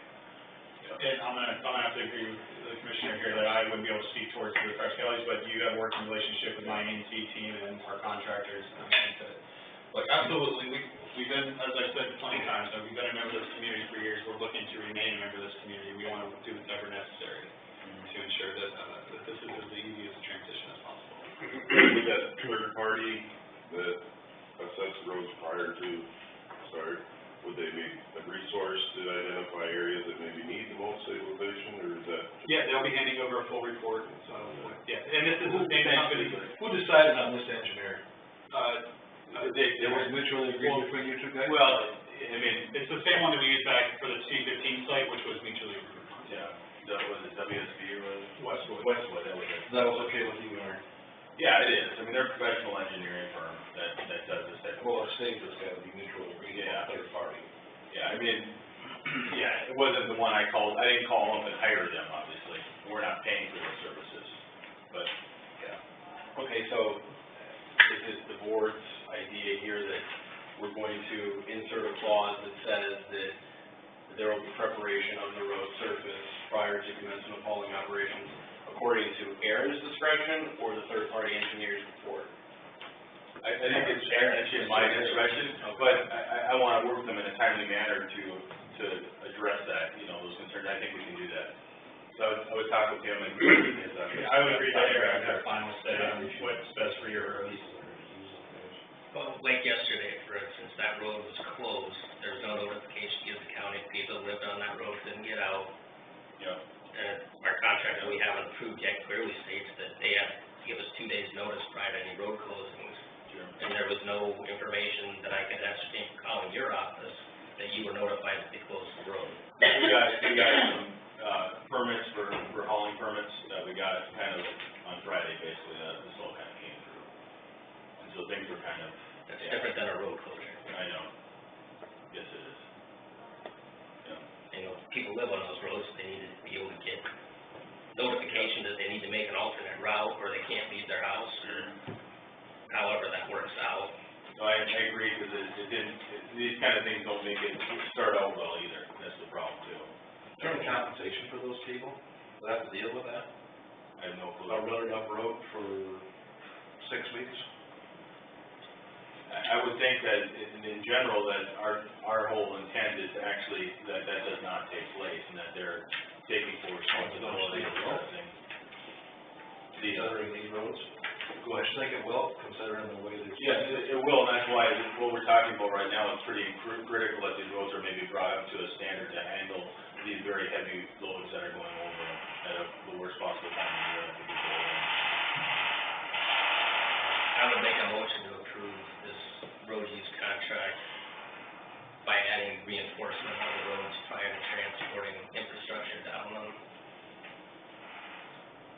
At the discretion of the engineer. The county engineer. Of the county engineer, with consultation with their third party is fine too, but at my discretion, you know. It's at your discretion. I don't mind consulting with them or having discussion on the matter though. But it is how it is. Well, yeah, they have to have advance notice to use the routes prior, so you'll need to know, and given the current forecast of what's coming up for rain, Yeah, I know. it's gonna be an issue. I know it is. That's why I can see it kind of blowing up all over. It's never nice when something falls apart right the first day. You know, things go negative too. Here's my deal, you've already got them riled up, Yeah, I know. so. But you have to reinforce them prior to transporting, well, until the road's reinforced, you can't transport anything down it. So so that should cover your time frame. And if they have good solutions on economical ways to do it, I'm all ears, you know what I mean? I have some ideas in my mind right now of how it could be done, but, I mean, I'm all ears to what could work, you know, from an engineering standpoint. You gotta reinforce it somehow, you can't. Yes, exactly. You can't do it like you're doing it now. No, it's gonna need some, they're in a weakened state, they're in a vulnerable state right now. I mean, there's 3-foot ruts on that road right now. I doubt they were filled in prior to this morning. If we stick 150,000 pound loads on, I mean, they're not, yeah. This agreement is basically the same as what we had last fall when they did the repair. Were there any things that were identified after that? Well, again, didn't take place near the, At the round time of the year. I understand. You know, if it happened at a much, better time that it take place. Well, I'm just saying, was there anything we should or could have learned from that we want to make sure should be included in? Well, again, I actually agree fully with what you said. From a legal standpoint, the document is I think, a good legal document. So I don't think, like, a legal document standpoint, you have anything to worry about. The issue is, because of, we have to be more thoughtful now because of where we're heading into the construction season and the time of the year that we're dealing with. It was probably like, in July, we wouldn't even be, it really wouldn't probably be an issue, guys. It really wouldn't. As long as they're putting gravel out there and maintaining them, everything would be just fine. Now, from a legal standpoint, there were some things that I guess you could say were polished about the agreement. For instance, if you were to go to page 5, look at limitations of liability, and the preceding section of indemnity, we just went through and made sure that the statements on damages made sense because the indemnity clause is the wind operator indemnifying us, the road authorities, regarding damages, and the below one, limitations of liability, states what kind of damages won't be available, and so I essentially harmonized that language to ensure that they didn't partially contradict one another. That's an improvement over the previous agreement. There's some other polishing of legal language in there that I don't think really substantively affects much of the document itself, but just ensures that everything is in accordance with the rest of it, and that we don't have anything that's released to contradictory. So, from that point of view, yes, it is slightly improved, but I think Aaron would agree with me from an engineering standpoint, there haven't been a lot of changes to this road use agreement document over the one that we previously did before. Correct. And in a way, it was actually good that we had the frost kind of start going on all of a sudden, and we had this all happen, because it actually brought to light what needed to get brought to light. So I'm glad that it actually did happen, because now it actually created the opportunity to have a discussion and deal with this. People still need to get down these roads, you can't make them impassable for the entire stretch. And they're responsible for doing that. It's just that now, when you actually look at the reality of where we're sitting, something needs to be done probably to bring these roads, to make them accessible, in addition to just maintenance. I don't think maintenance of gravel isn't gonna solve the problem for the next month. The next 4 weeks at least, it's not gonna work. They're gonna need to do something more to get them, to haul stuff on those roads. You're gonna need to reinforce them. Yeah, they are. Is there a motion with the addition of that clause, or are there any others that you guys would like identified, or do you support the motion that was provided? Okay. Mr. Jones made the motion to approve the road use and maintenance agreement contract with the addition of the roads prior to transport and usage. Further discussion or questions, comments? So if it doesn't get done, if they don't do it, then what? Well, they'd be in violation of the road use agreement in their, conditional use permit. Then what? So if you go with. And the goal here is that we work together and make it, I mean, obviously, but, obviously that's why we have these agreements, that's why we have, conditional use permit and all that kind of stuff. Okay, so, So if you go to page 6, go to miscellaneous remedies and enforcement, okay, so the parties acknowledge that money damage would not be adequate remedy, that's the beginning of that section. So each of the parties covenant and agree that in the event of default of any of the terms, provisions, or conditions of this agreement by any party, which default is not caused by the party seeking to enforce said provisions, the non-defaulting party. And after notice and reasonable opportunity to cure has been provided to the defaulting party, then in such event, the non-defaulting party shall have the right to seek specific performance and/or injunctive relief to remedy or prevent any breach, or threatened breach of this agreement. And then, following provision, not exclusive of other remedies. In other words, specific performance, that's an order from a court saying, do this thing. Injunctive relief, an order from a court saying, do this set of things or do not do this set of things. That's your stick, if things come to that. Hopefully we could agree that, you know, some things hadn't been done or things needed to be done, whatever they would be in a substantive engineering sense before we got to that stage. But to answer your question, if it gets that bad, that's what we have. And we do have the ability to stop them using roads in breach of this. Yes. You also have your own power under the Iowa Code to close roads and or embargo them from specific certain uses should it come to that as well.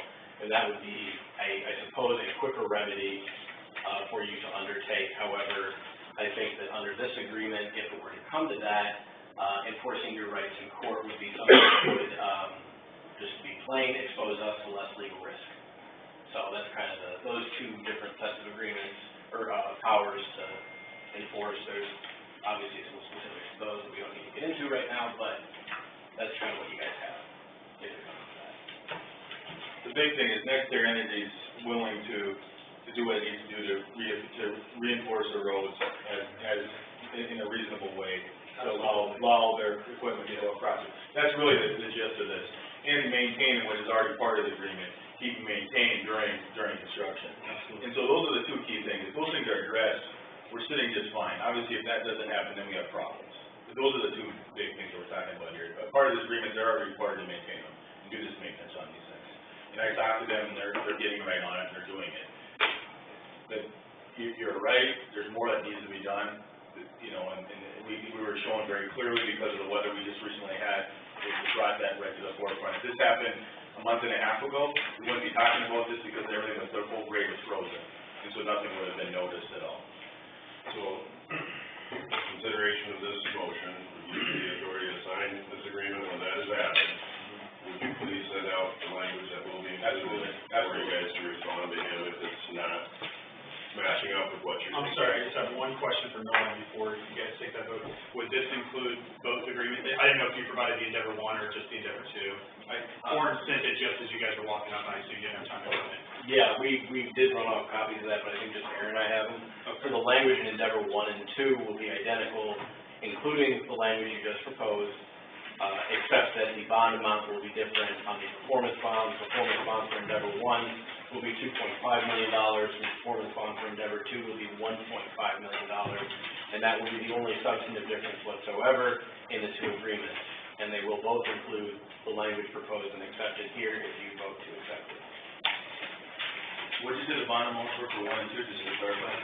It should be in B or C. So The one- last 2 pages. 1 should be bigger than 2, if I remember right. 1.5. Yeah, 1 is bigger than 2, yeah, based on the actual potential impact, correct? Yes, Exhibit C. Yeah, Sorry, would you like the approval to be for both projects 1 and 2? Yep. Those things identified bond differences. Yep. Any further discussion concerning that motion? All those in favor, signify with aye. Aye. All those opposed, same sign. The next item would be decommissioning. We do have a 10:30 item. Mr. Coca, would you be willing to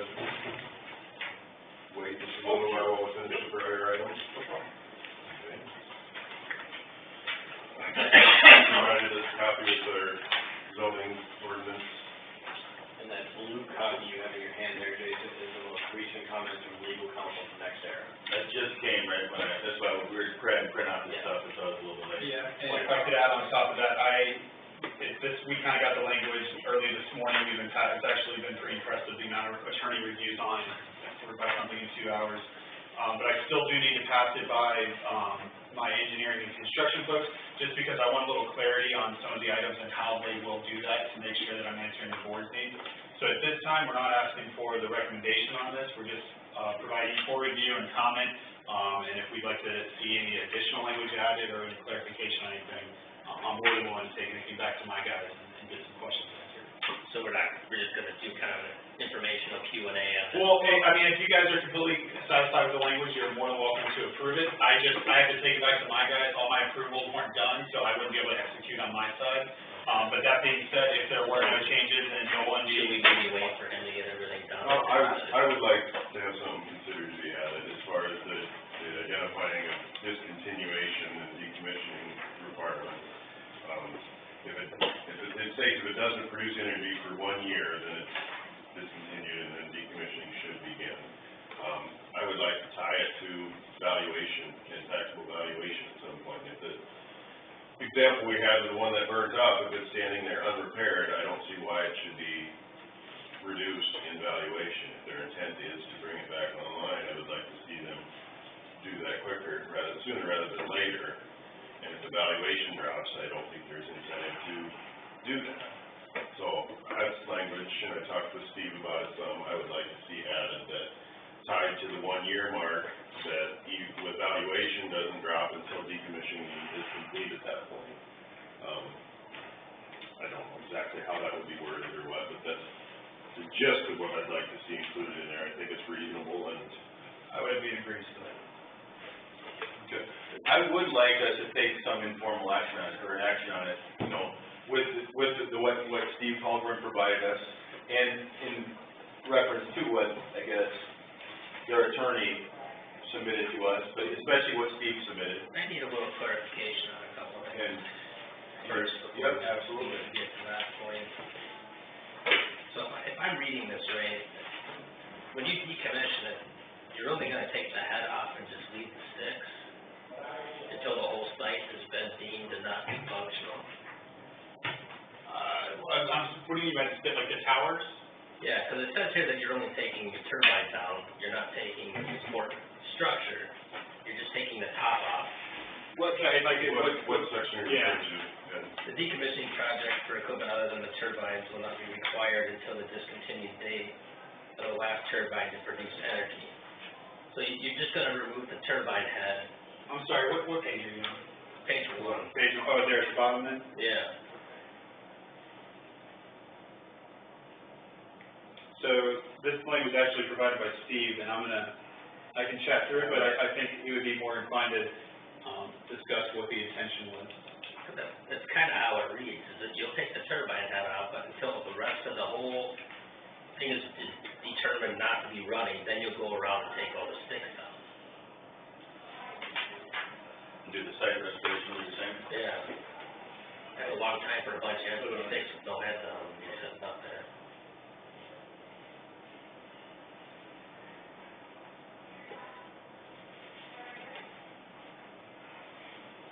I guess I'm not sure what language specifically you're talking about. It says there the wind turbine consisting of the tower, nacelle, and rotor blades. So that's the entire turbine. If it has not produced energy for a continuous period of 1 year, which the turbine last produced energy, it'll actually be decommissioned, not decommission date. The operator is obligated to begin decommissioning the restoration process described in the plan. So decommissioning for that one would be required if it hasn't produced energy for a year. Correct. But it can't be forced on all the others, or we can't be, the next decommissioning would not be triggered for the remaining turbines. Right, I think the idea is That one would to need to be decommissioned. specifically address the T-15 site, the turbine 15 site. I guess I don't know, it says the decommissioning would not be triggered for the remaining turbines in the project, or decommissioning for the project equipment other than the turbines. What other equipment are you going to decommission? Okay, so we do have substation and transmission line in the area. Now, our substation in this case is solely owned by and used by us, but in the event that your local utility would want to take ownership of that substation and or transmission line, if they could utilize that, but the assets could be transferred to a different entity, that the entire site wouldn't need to be just decommissioned in that aspect. And the first line after the blue struck part, it constitutes that the wind turbine is the tower, nacelle, and blade. I'm looking at that yellow one. Oh, the blue one. Oh. Oh, they changed it too much there, but, and that's their attorney's take on it, so up to there, that's what they're defining turbine as, including all of that, the tower, the. So then the rest of the equipment is, so what's the list of the rest of, are you gonna pull the wires out, ground? Yep, that's stated in there too, and that falls under the other equipment, what you're talking about. So we are talking about, you know, a complete decommissioning would include everything from the nacelle, the blades, the tower, the foundation, but then it gets into the sub-ground electrical wires and cables, and then there's also provisions in this agreement for the substation as well. Just out of curiosity, how do you get one of those footings out? By agreement, it requires them to take it down to 5 feet below grade, and that's it. How deep is it? Oh, we go way down, I'm sure. Those are big gates on there, they go Yeah, down. so here we're actually a spread footer, there's different I types. don't know what they do. I would have to double check to see what the exact, So you take out the first 5 feet. So, and that's pretty much standard practice across, really any utility. That's true for cell phone towers, transmission poles, any such structures like that. At 5 feet, anything below 5 feet, you're out of tillable ground. Nobody's tilling up to 5 feet. So through our decommissioning practices, and we do commissioning key sites and working with landowners, that 5 feet has come to become the number that anything below that really, won't affect any subsurface or any tilling or farming operations. So how do we make sure that the money's available for decommissioning in the event? Because looking at how all these things have changed hands, had you not bought it from Clipper, there wasn't any money set aside to take those down. And I believe it's on page 4. It is addressed in here, there's a section on page 4, that the section 6, the financial security for decommissioning and restoration. I'd like Steve to talk it through a little bit too, explain it to the board more, and Nolan if he wants to. So, in a nutshell, this gets down to, again, sort of a third-party process is what this would involve.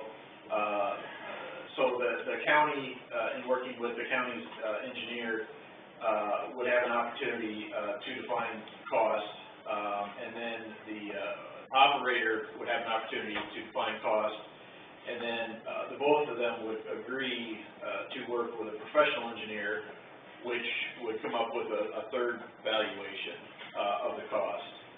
And basically, it talks about the form of the security is going to be provided in a form of a letter of credit, guarantee, bond, or other form reasonably satisfied to the county.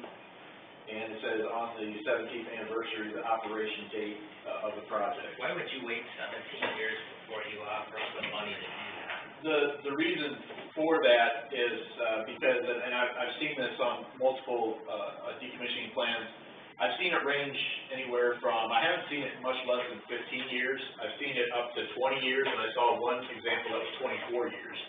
But basically, they're looking at the lifespan of what they're saying is they're running the odds that in the first 15 years period, the chance of a complete full decommissioning is so minimal that the risk is low enough to the county to assume that it's not going to go through a full decommissioning. I would have presumed that Clipper would still own those wind turbines too, but they don't own them anymore, so I understand. And this stuff keeps changing hands and But changing hands. that was a project that was, I mean, that's not an apples to apples comparison because Clipper did not initiate a decommissioning. They just sold the wind farm.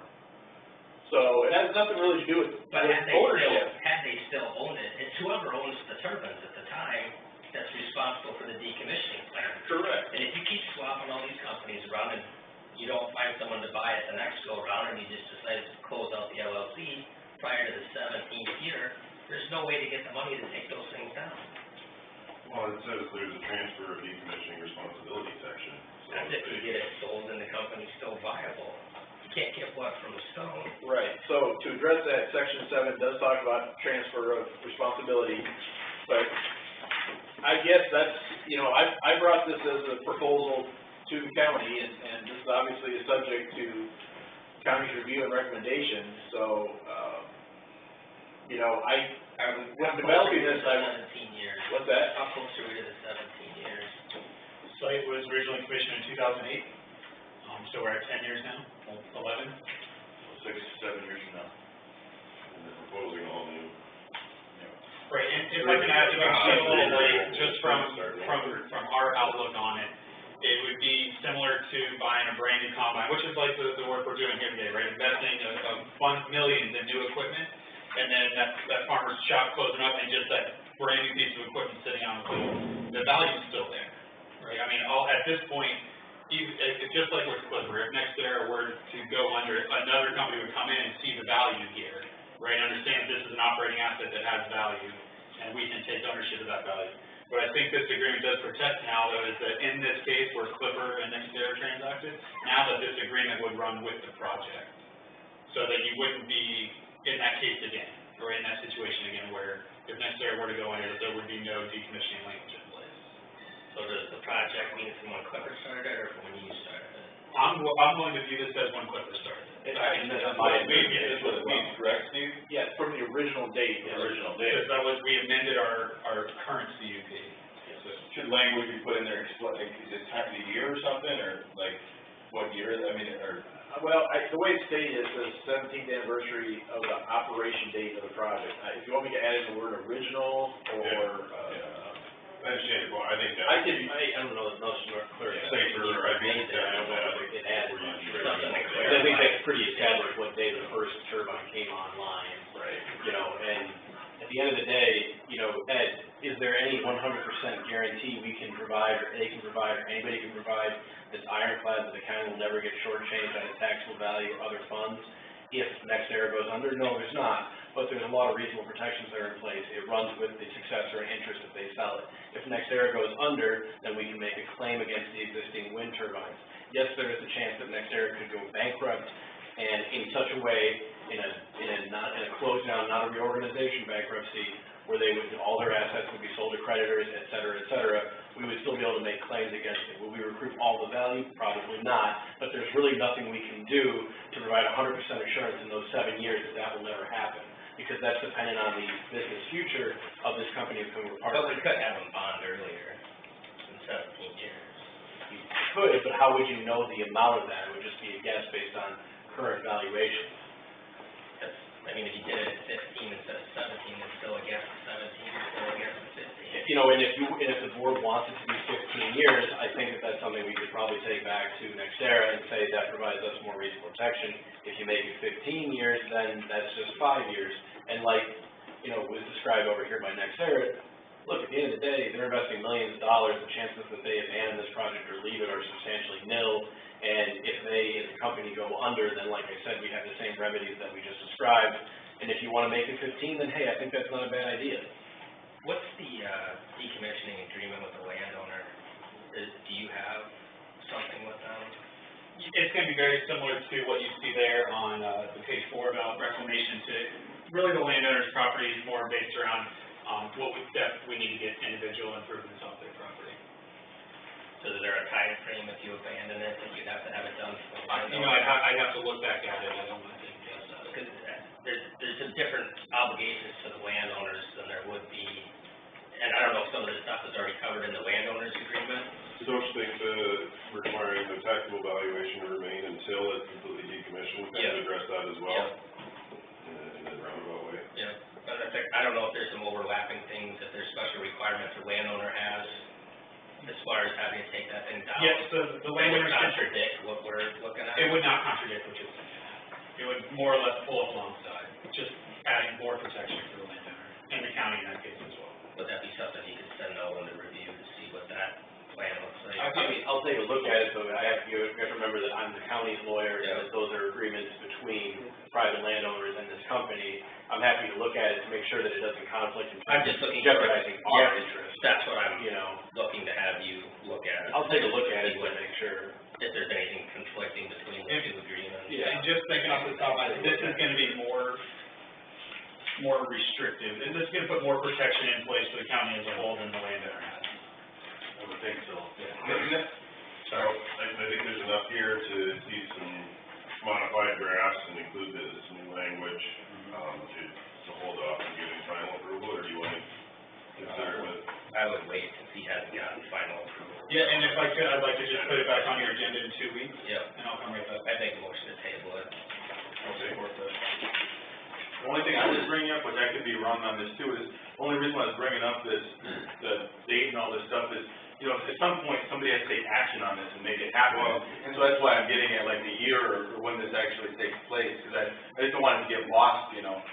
And like, Hopefully identify that yeah. starts with the operation of the Yeah. original operation. And I'm personally fine with the idea of 17 years conceptually, because it seems somewhat reasonable, but if it's 15, that's fine, you know, I'm, conceptually it seems reasonable. Say 50, I've seen another contract. Yeah. It's just like 15 sounds, this is a better number.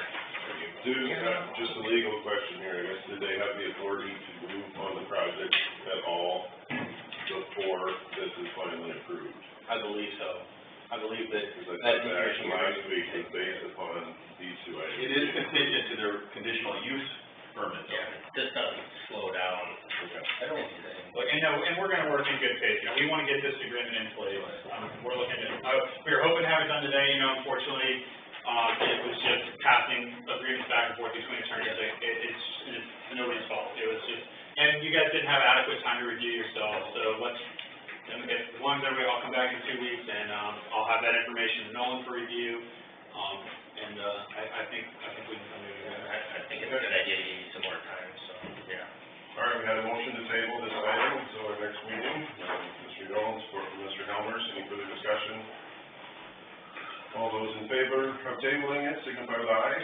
Aye. All those opposed, same sign.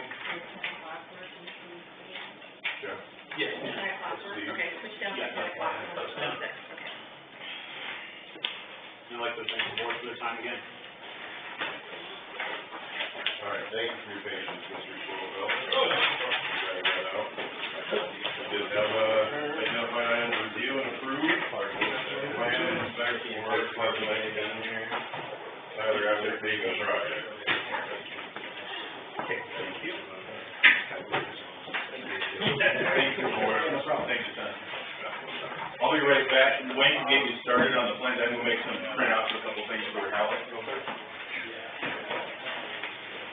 Essentially, to hear the discussion, and she said 17 years, the storm lake group, they put it up in 2000, so they're 10 years, and they're just going through the application of the turbine lakes. It's $80 million, but you can need it, so, they are, that old lattice system. They're just like that.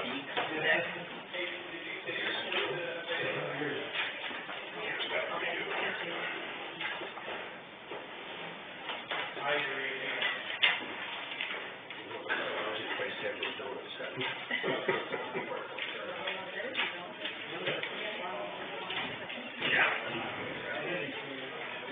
How are you doing? Good.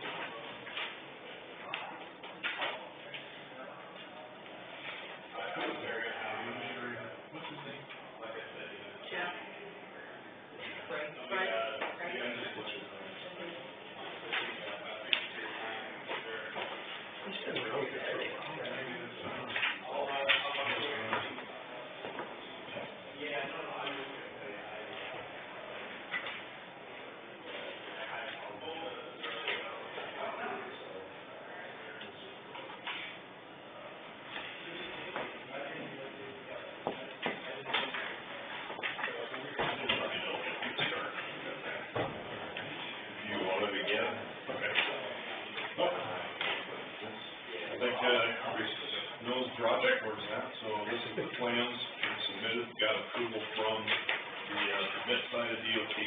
We're unfortunately still waiting for the plan approval. We actually have a couple of people's party process at DOT and a couple have signed off on it, so we're still waiting for Ames for their final approval.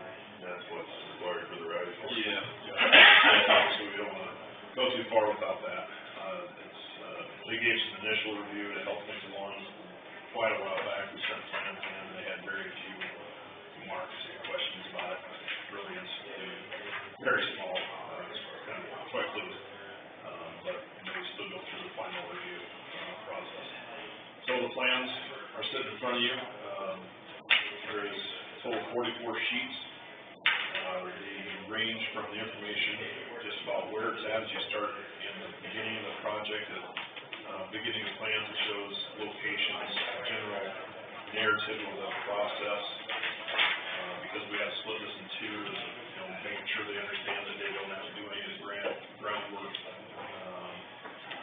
Items like traffic control. What do we do if whoever gets the bid comes out and says that the groundwork isn't to their? What's that, I'm sorry? If the groundwork isn't to their liking?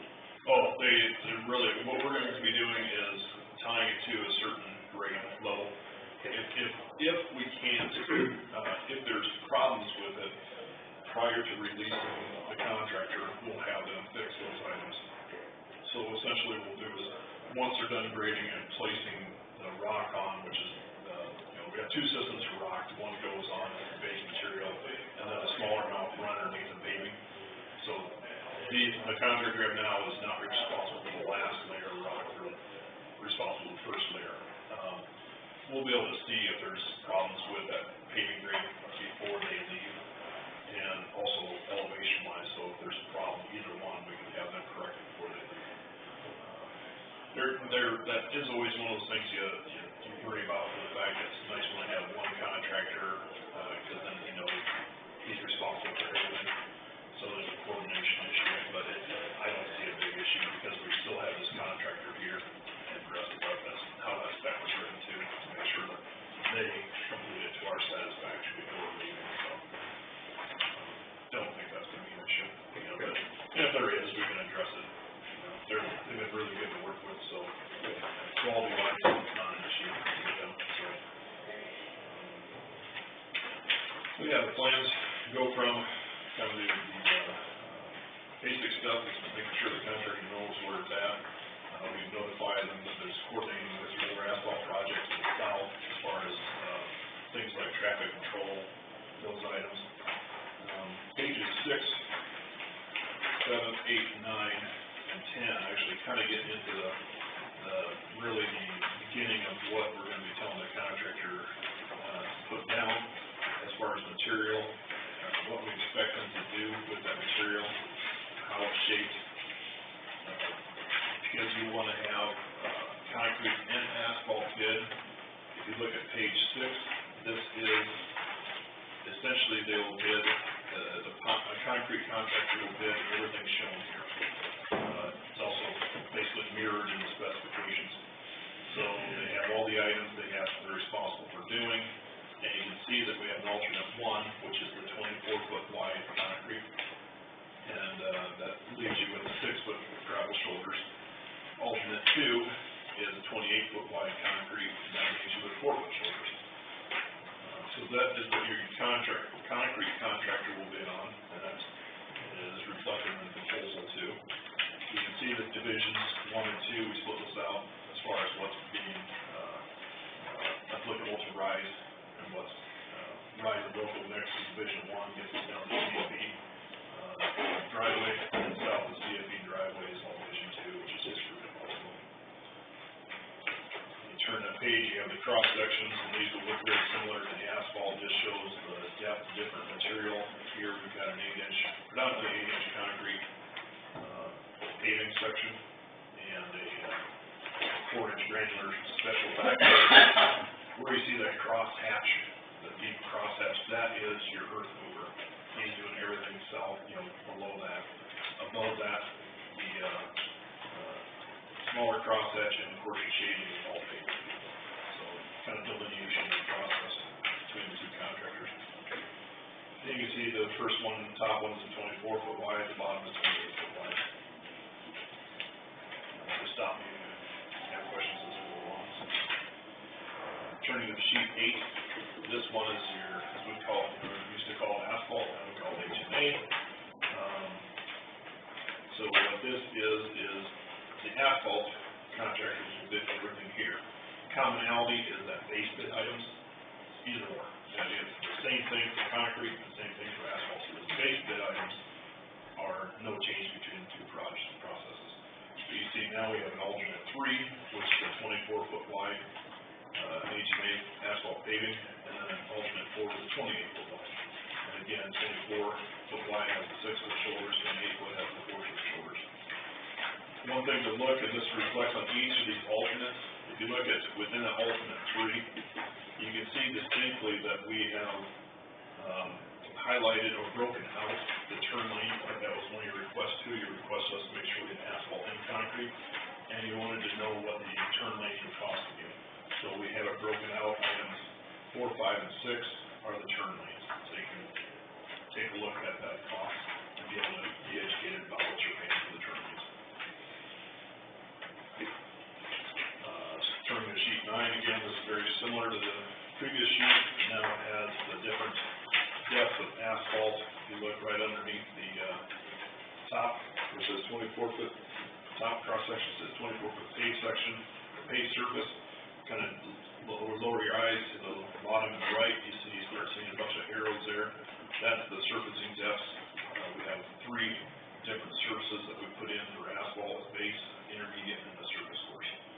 Those are the different depths that you've used. And again, the top cross section is 24-foot wide paving with 6-foot shoulders, bottom is 28-foot with 4 shoulders. The last cross section sheet, actually, sheet 10, that is actually showing the turn lanes. The left side of that page is A22, of course, concrete on the top, asphalt on the bottom. And on the right side is your turn lane for Highway 9, concrete on top, asphalt on the bottom. So it still shows those differences in material for those areas. Everything within the right-of-way for Highway 9, they actually require us to go to a deeper section of concrete. Concrete within the right-of-way, including the intersection of turning back onto Tyler, has to be 10-inch concrete or 11-inch asphalt. Whereas we're saying, about the paving section that we have, we're at an 8-inch road. So that's just very typical. DOT, that was the same thing within the 40. Everything within the right of way was a deeper depth. Next sheet shows us some details of the paving section.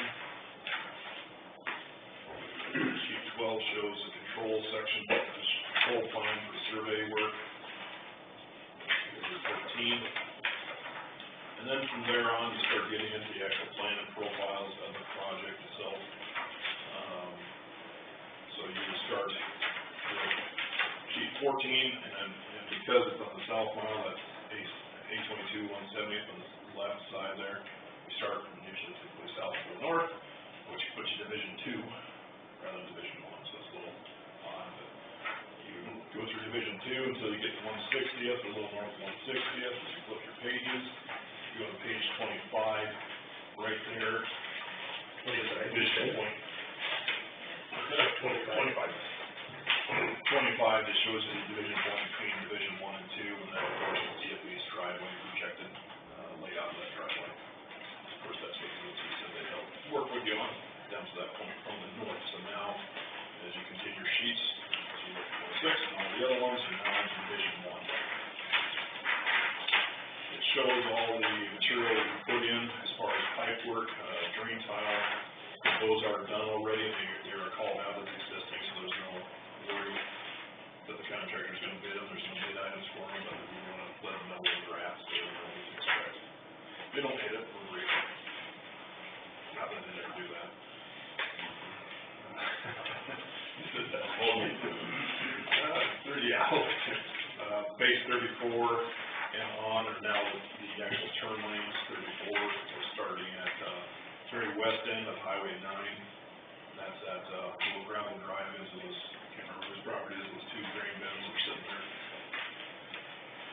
So we go from there into the intersection of Tyler. And then if you flip to 36, now you're in the Tyler on the south end. There's your turn lane as you go up towards the mountain.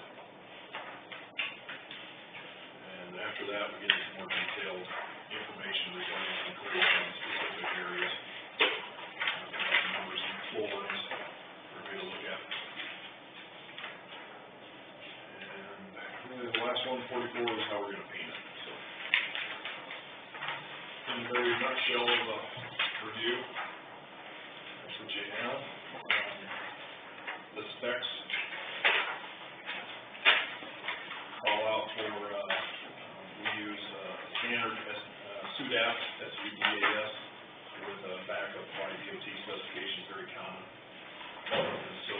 specifications refer to those that are actually not in the specs, or just a book that, is kept separately from this, standardized for the state. So what you have in your specifications is, your notices. You start with notice of letting, notice of hearing, work yourself into the proposal, you have the contract and bonds.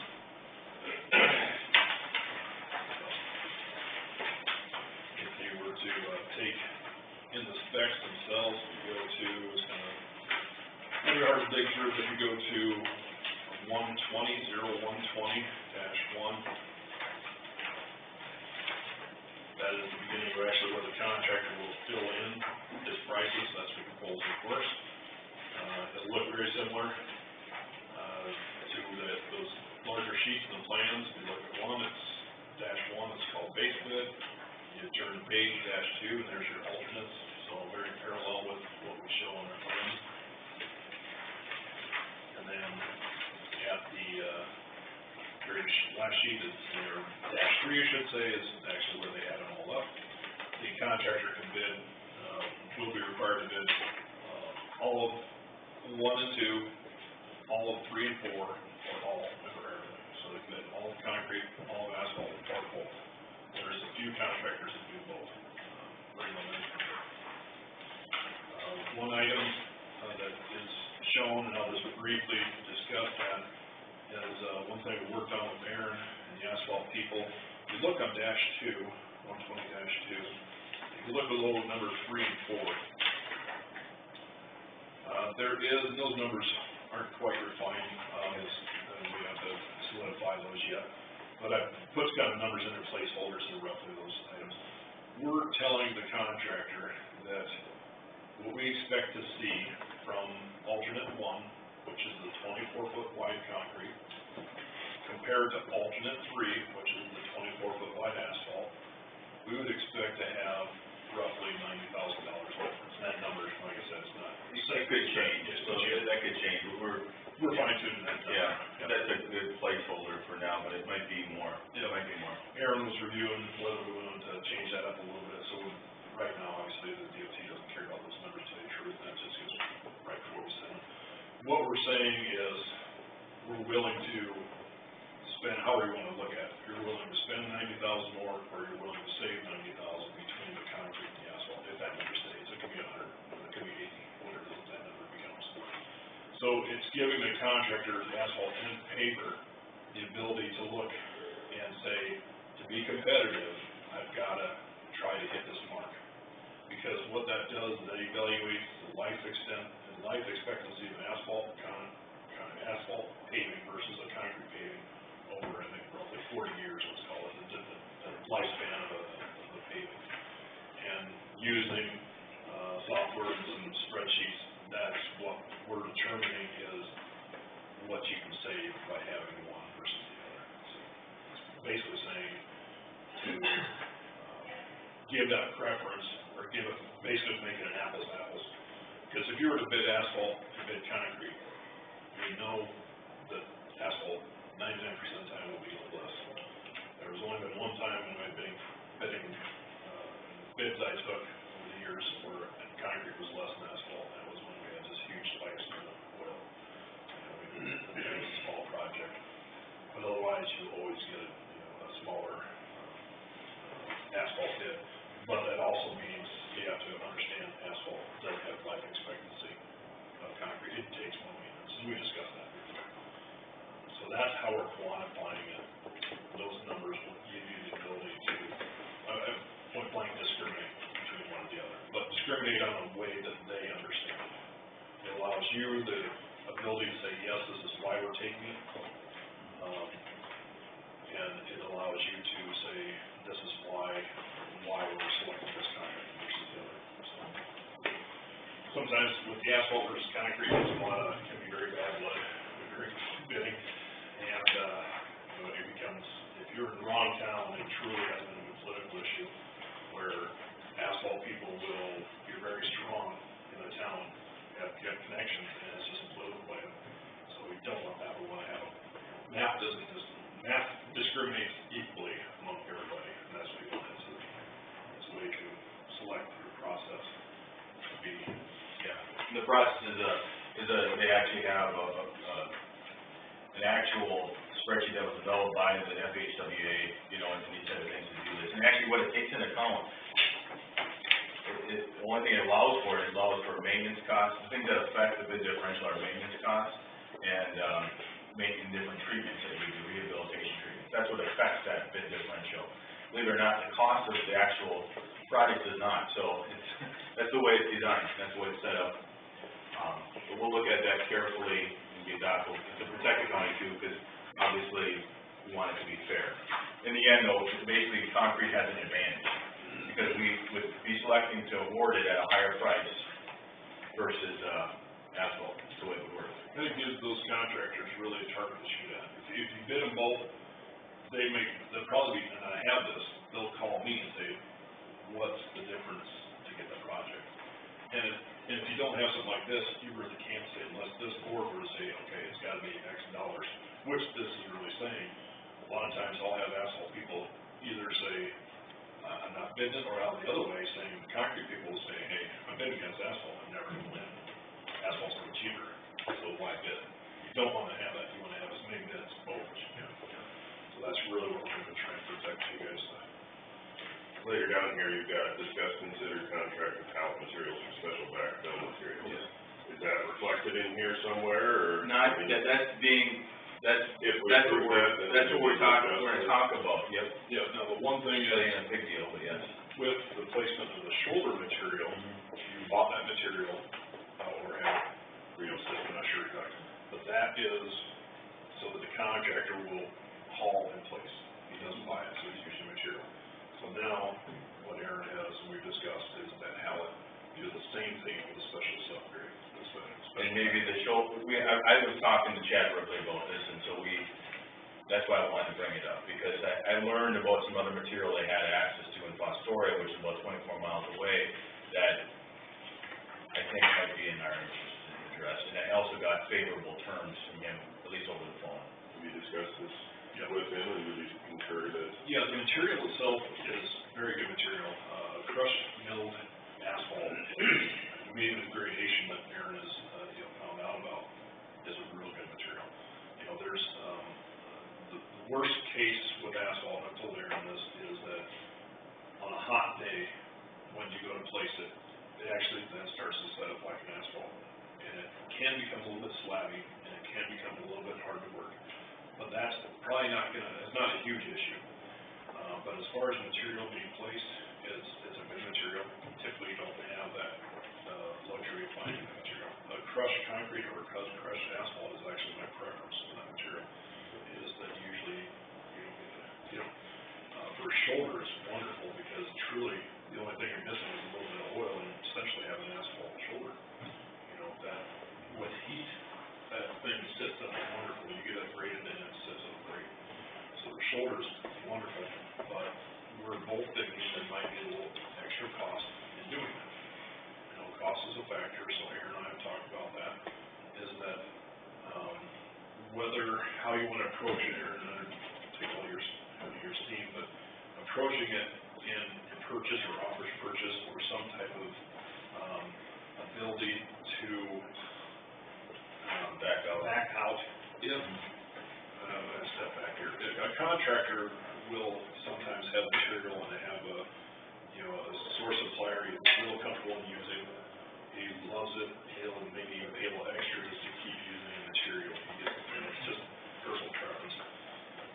You may have a contractor walk in and say, okay, I want to bring this material here. It's what I've used, I've great success.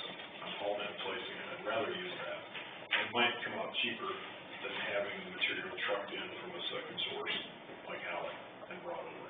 So there might be additional costs that you have to figure in. I don't think it's huge.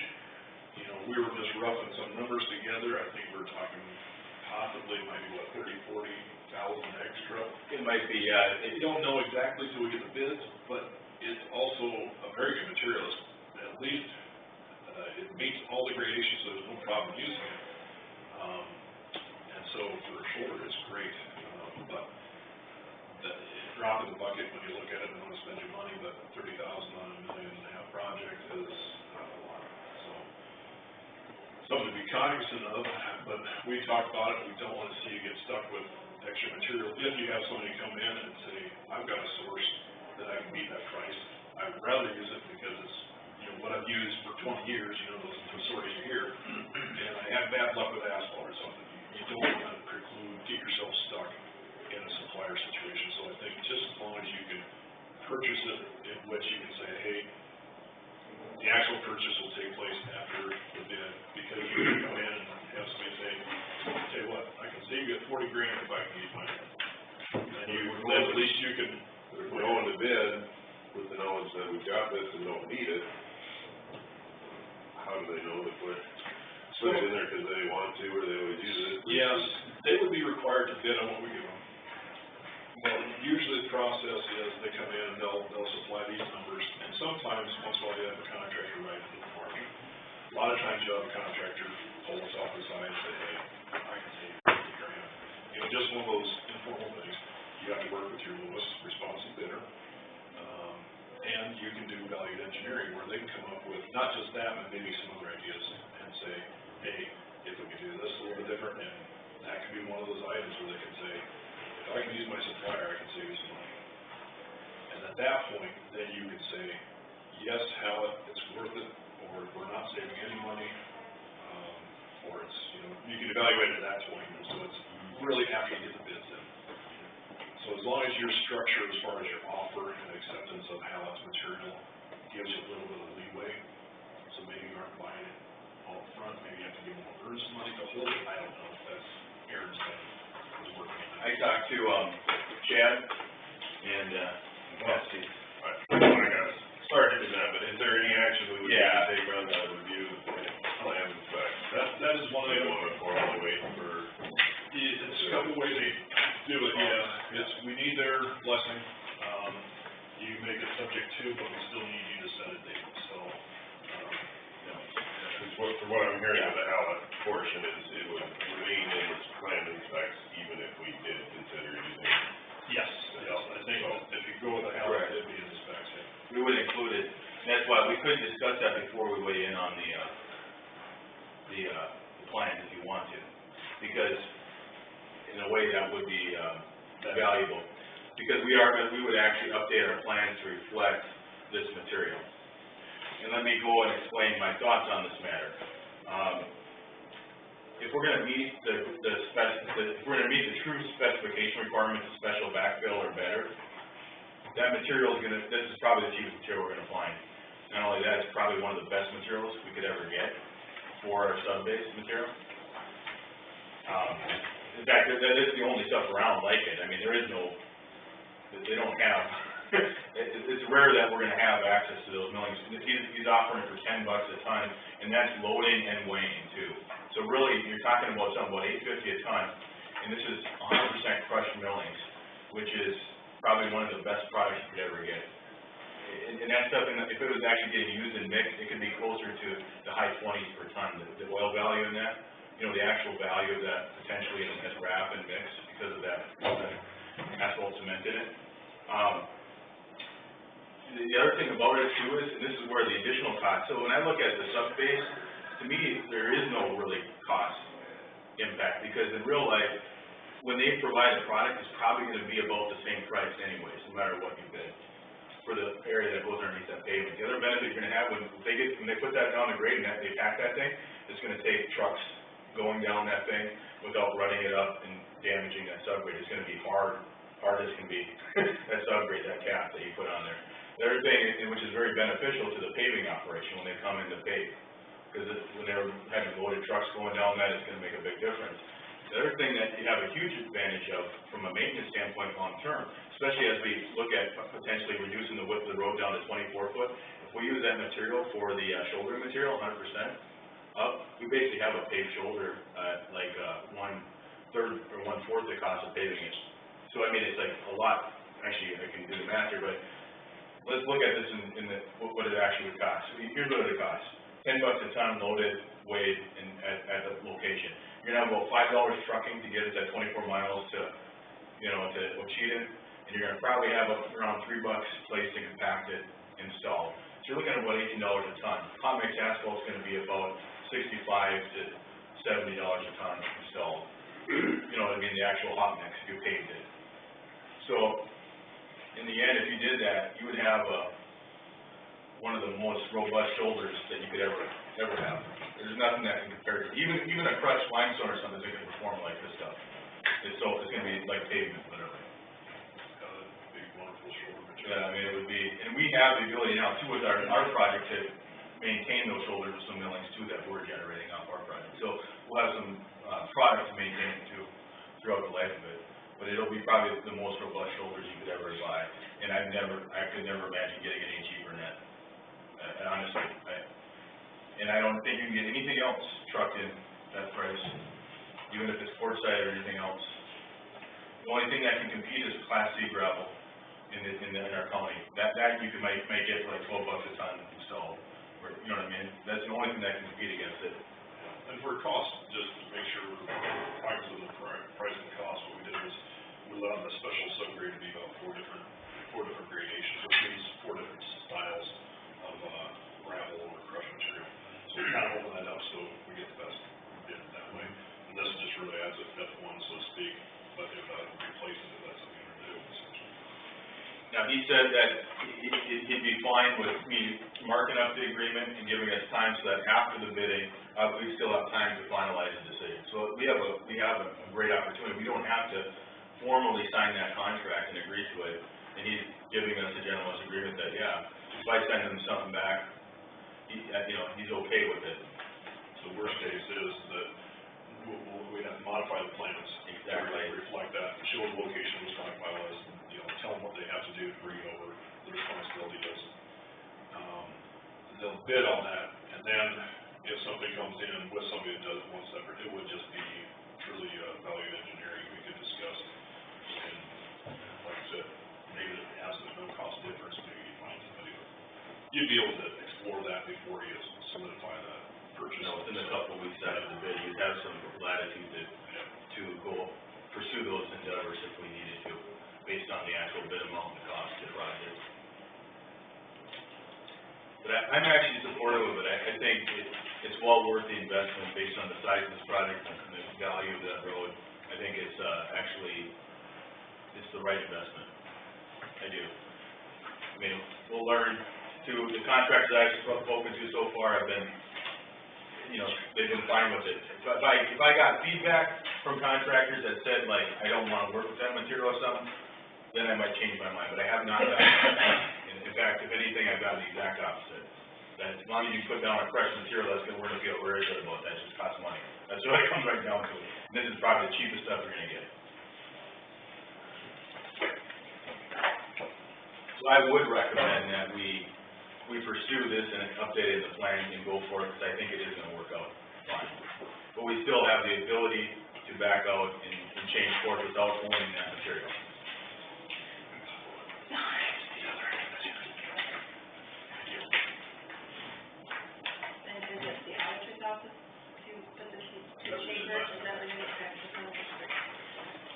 What do you recommend on the plans and specs moving forward with this, discussing the bid letting? Yep. Do we wait with all of that until we hear back finally from the state, or do we? What I say we do, Pending that. what I would say we do is that we, and correct me on my wording here, Wayne, as you see fit, update changes for the material. Also, update all, comments received by the DOT and the engineer's office, into the plans as necessary.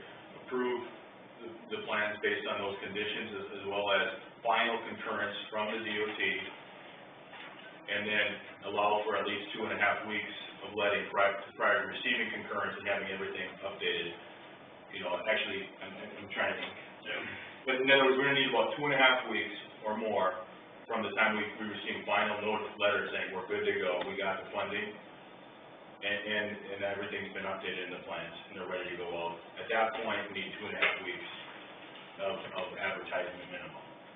So that'd be the process, basically make it contingent on that. Yeah, contingent on all those things, and, minimum of like 2.5 weeks of advertisement prior to the letting. which will probably give us opportunity to even take action at the next board meeting, based on the DOT schedule, because they're definitely dragging their feet, so.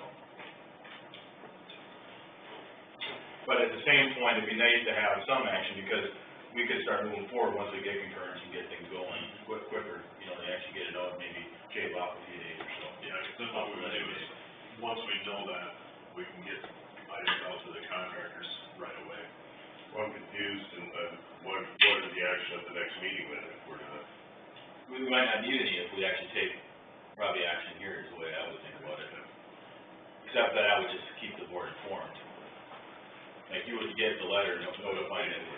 Yeah, if they go back in, you know, a week, they meet 2 weeks, right? So if they come back a week, we would have things out the door before your next board meeting. Yeah, potentially. It could very well happen around the same time as the board meeting, when it all takes place, so. I know. Do you have some good wording here to us? No, I think you did pretty well. Okay. I think that's about the best you can. Contingent on those items, contingent on. Approved plans and specifications, contingent on updating the plans to reflect the changes in material. Contingent on final DOT concurrence in writing, and any final comments of county staff, and allowing a minimum of 2.5 weeks or more of advertisement following. Am I saying that correct? You know, but that's what I'm getting at, is all this stuff has to be finalized, and then you have to have a minimum of 2.5 weeks of advertisement. That what you guys wanna do? Or consider, or? Any comments? Make a motion to get that done. I'll second it. That's what it's up Fine. Get it done. I know, but we definitely want a contingent on the written concurrence of the DOT, of the RISE grant. Yes. And then we want a minimum of, and all those things updated, you know, at least 2.5 weeks prior to advertising. Which they're gonna give concurrence after we submit to them anyway, so. And that includes allowing them to try to use the special, facilities that they're going to identify. Any further discussion or comments, questions? All those in favor of the motion by Helmers and support Schulte to approve the plan of specs contingent in the ways that Aaron identified, or shall we have that? Oh, my God. Signify with aye, please. Aye. All those opposed, same sign. All those abstaining. Can you just put it in the local papers then? It'll be, the official notice is the local papers, but then we have state stuff like that. Yeah, we'll also put it in plan rooms and, you know, post it and call contract. They can have it. Yesterday. Oh, Yeah. If I could step back one item, about the wind turbine site, you had a question about that 5-foot, that is very typical when you work with wind turbines for, where if it was rural, that will be 5 foot. The only time I've seen different is if you're close to where you might develop, then the request they have at least 10 foot out, which, you know, that way you get basement space. So, that's the only thing, I know that Use was, other utilities off inside that five. yeah, I mean, cell towers, other things.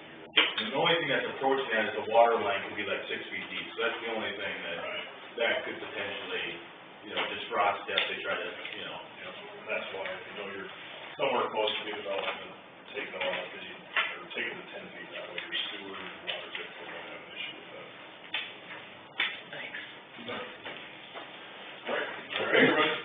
We have left to see here is claims. I did finally think, Nick mentioned earlier in department that, oh, Jerry, you have something? I got something on the claims for Aaron. 300 acres for a light. This is the second or third time that's been through. What is that? I think it has to do with LED lighting for probably equipment, is my guess. My guess. Does he sell lights or what? Yeah, he sells LED lighting, I know that. So he's one of our vendors that we buy lighting and stuff from. I didn't order it, like, my mechanic usually gets this stuff, but I do know what he sells lighting, I had the other brochures.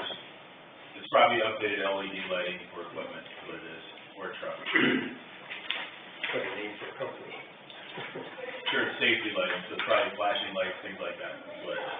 Green mini bar, amber and clear lens, flash pattern, and permanent mount. Oh, I keep seeing it, I just didn't know we did that. We're in the process over the time too, updating a lot of our lighting, because the technology in lighting has changed a lot, so now LEDs are the way of the future. Check into 59 Power Sports sometime. 59 Power Sports? Okay. I'm not trying to take business away. No, I hear you. They sell too. Yeah, 59 Power Sports. What was the $2,200 bill to CMB for the quarter? The blade to the snow lawnmower, or the snow removal broke, so you have to fix it.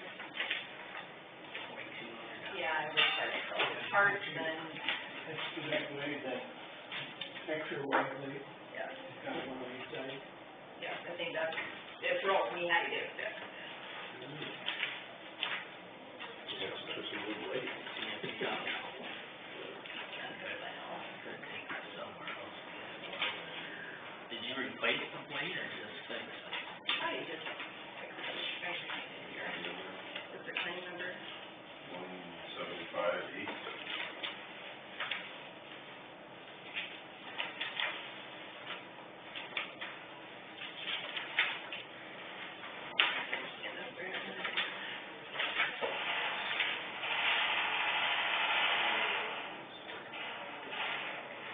You broke the shaft. Could be.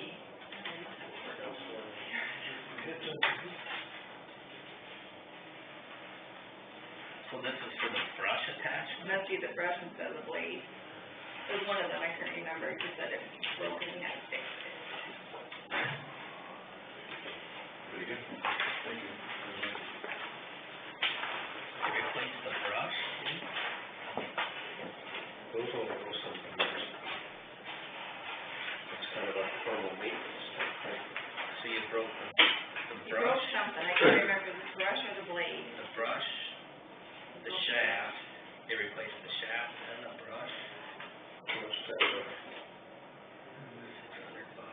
The brush might have been more. He said he hasn't had anything done to it for several years and when I it, needed to replace that. Yeah, so I said those get replaced every once in a while. Do we have some more for that? Yeah. Does he not use it? Laying down lighter snow, or the brush on lighter snow cleans it better. Given the depth of some of the snow we had, wouldn't you use the blower? Goes over the blade first and then the brush. That's usually what I see him do. I've never seen And it. I don't know why he doesn't do a snow blower. Whatever process he does, I think he keeps his sidewalk pretty clear and like that. You would think the snow blower would work better for heavier snow. You would have all the piles.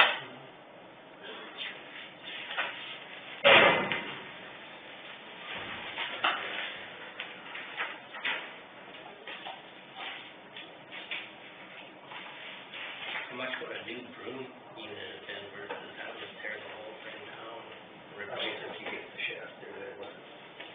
Would they replace the shaft, the bearings, the key, the stack frame, the roller chain? You would essentially got a brand new. You get very something there, they fix it right. And that's what happens. Might have been cheaper just to buy a new broom. Good.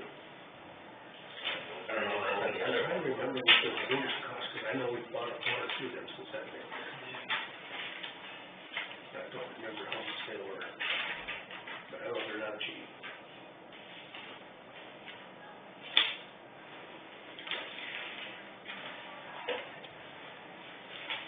Who's DD number 43? It's me, I know.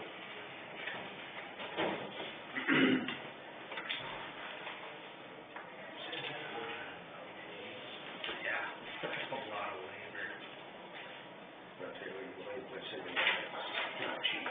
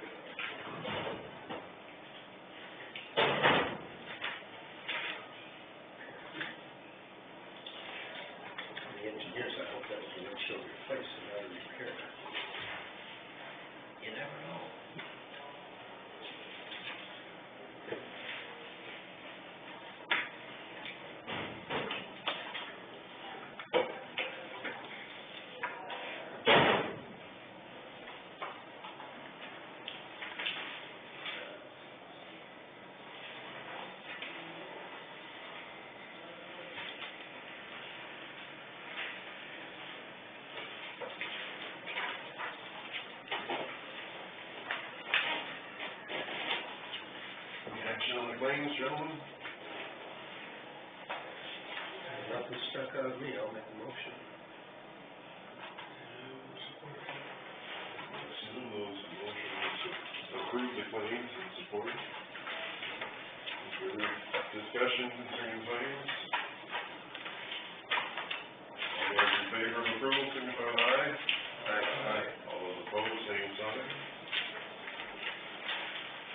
Committee reports, Nick finally reminded me of what it was I was supposed to add, or thought about adding to the agenda. He mentioned that he's having safety meetings with IUWCA now as a provider, and they would like to reinstitute a safety committee. We talked with the secondary roads and conservation and the sheriff's office. And in the past, Mr. Moore was our safety committee representative.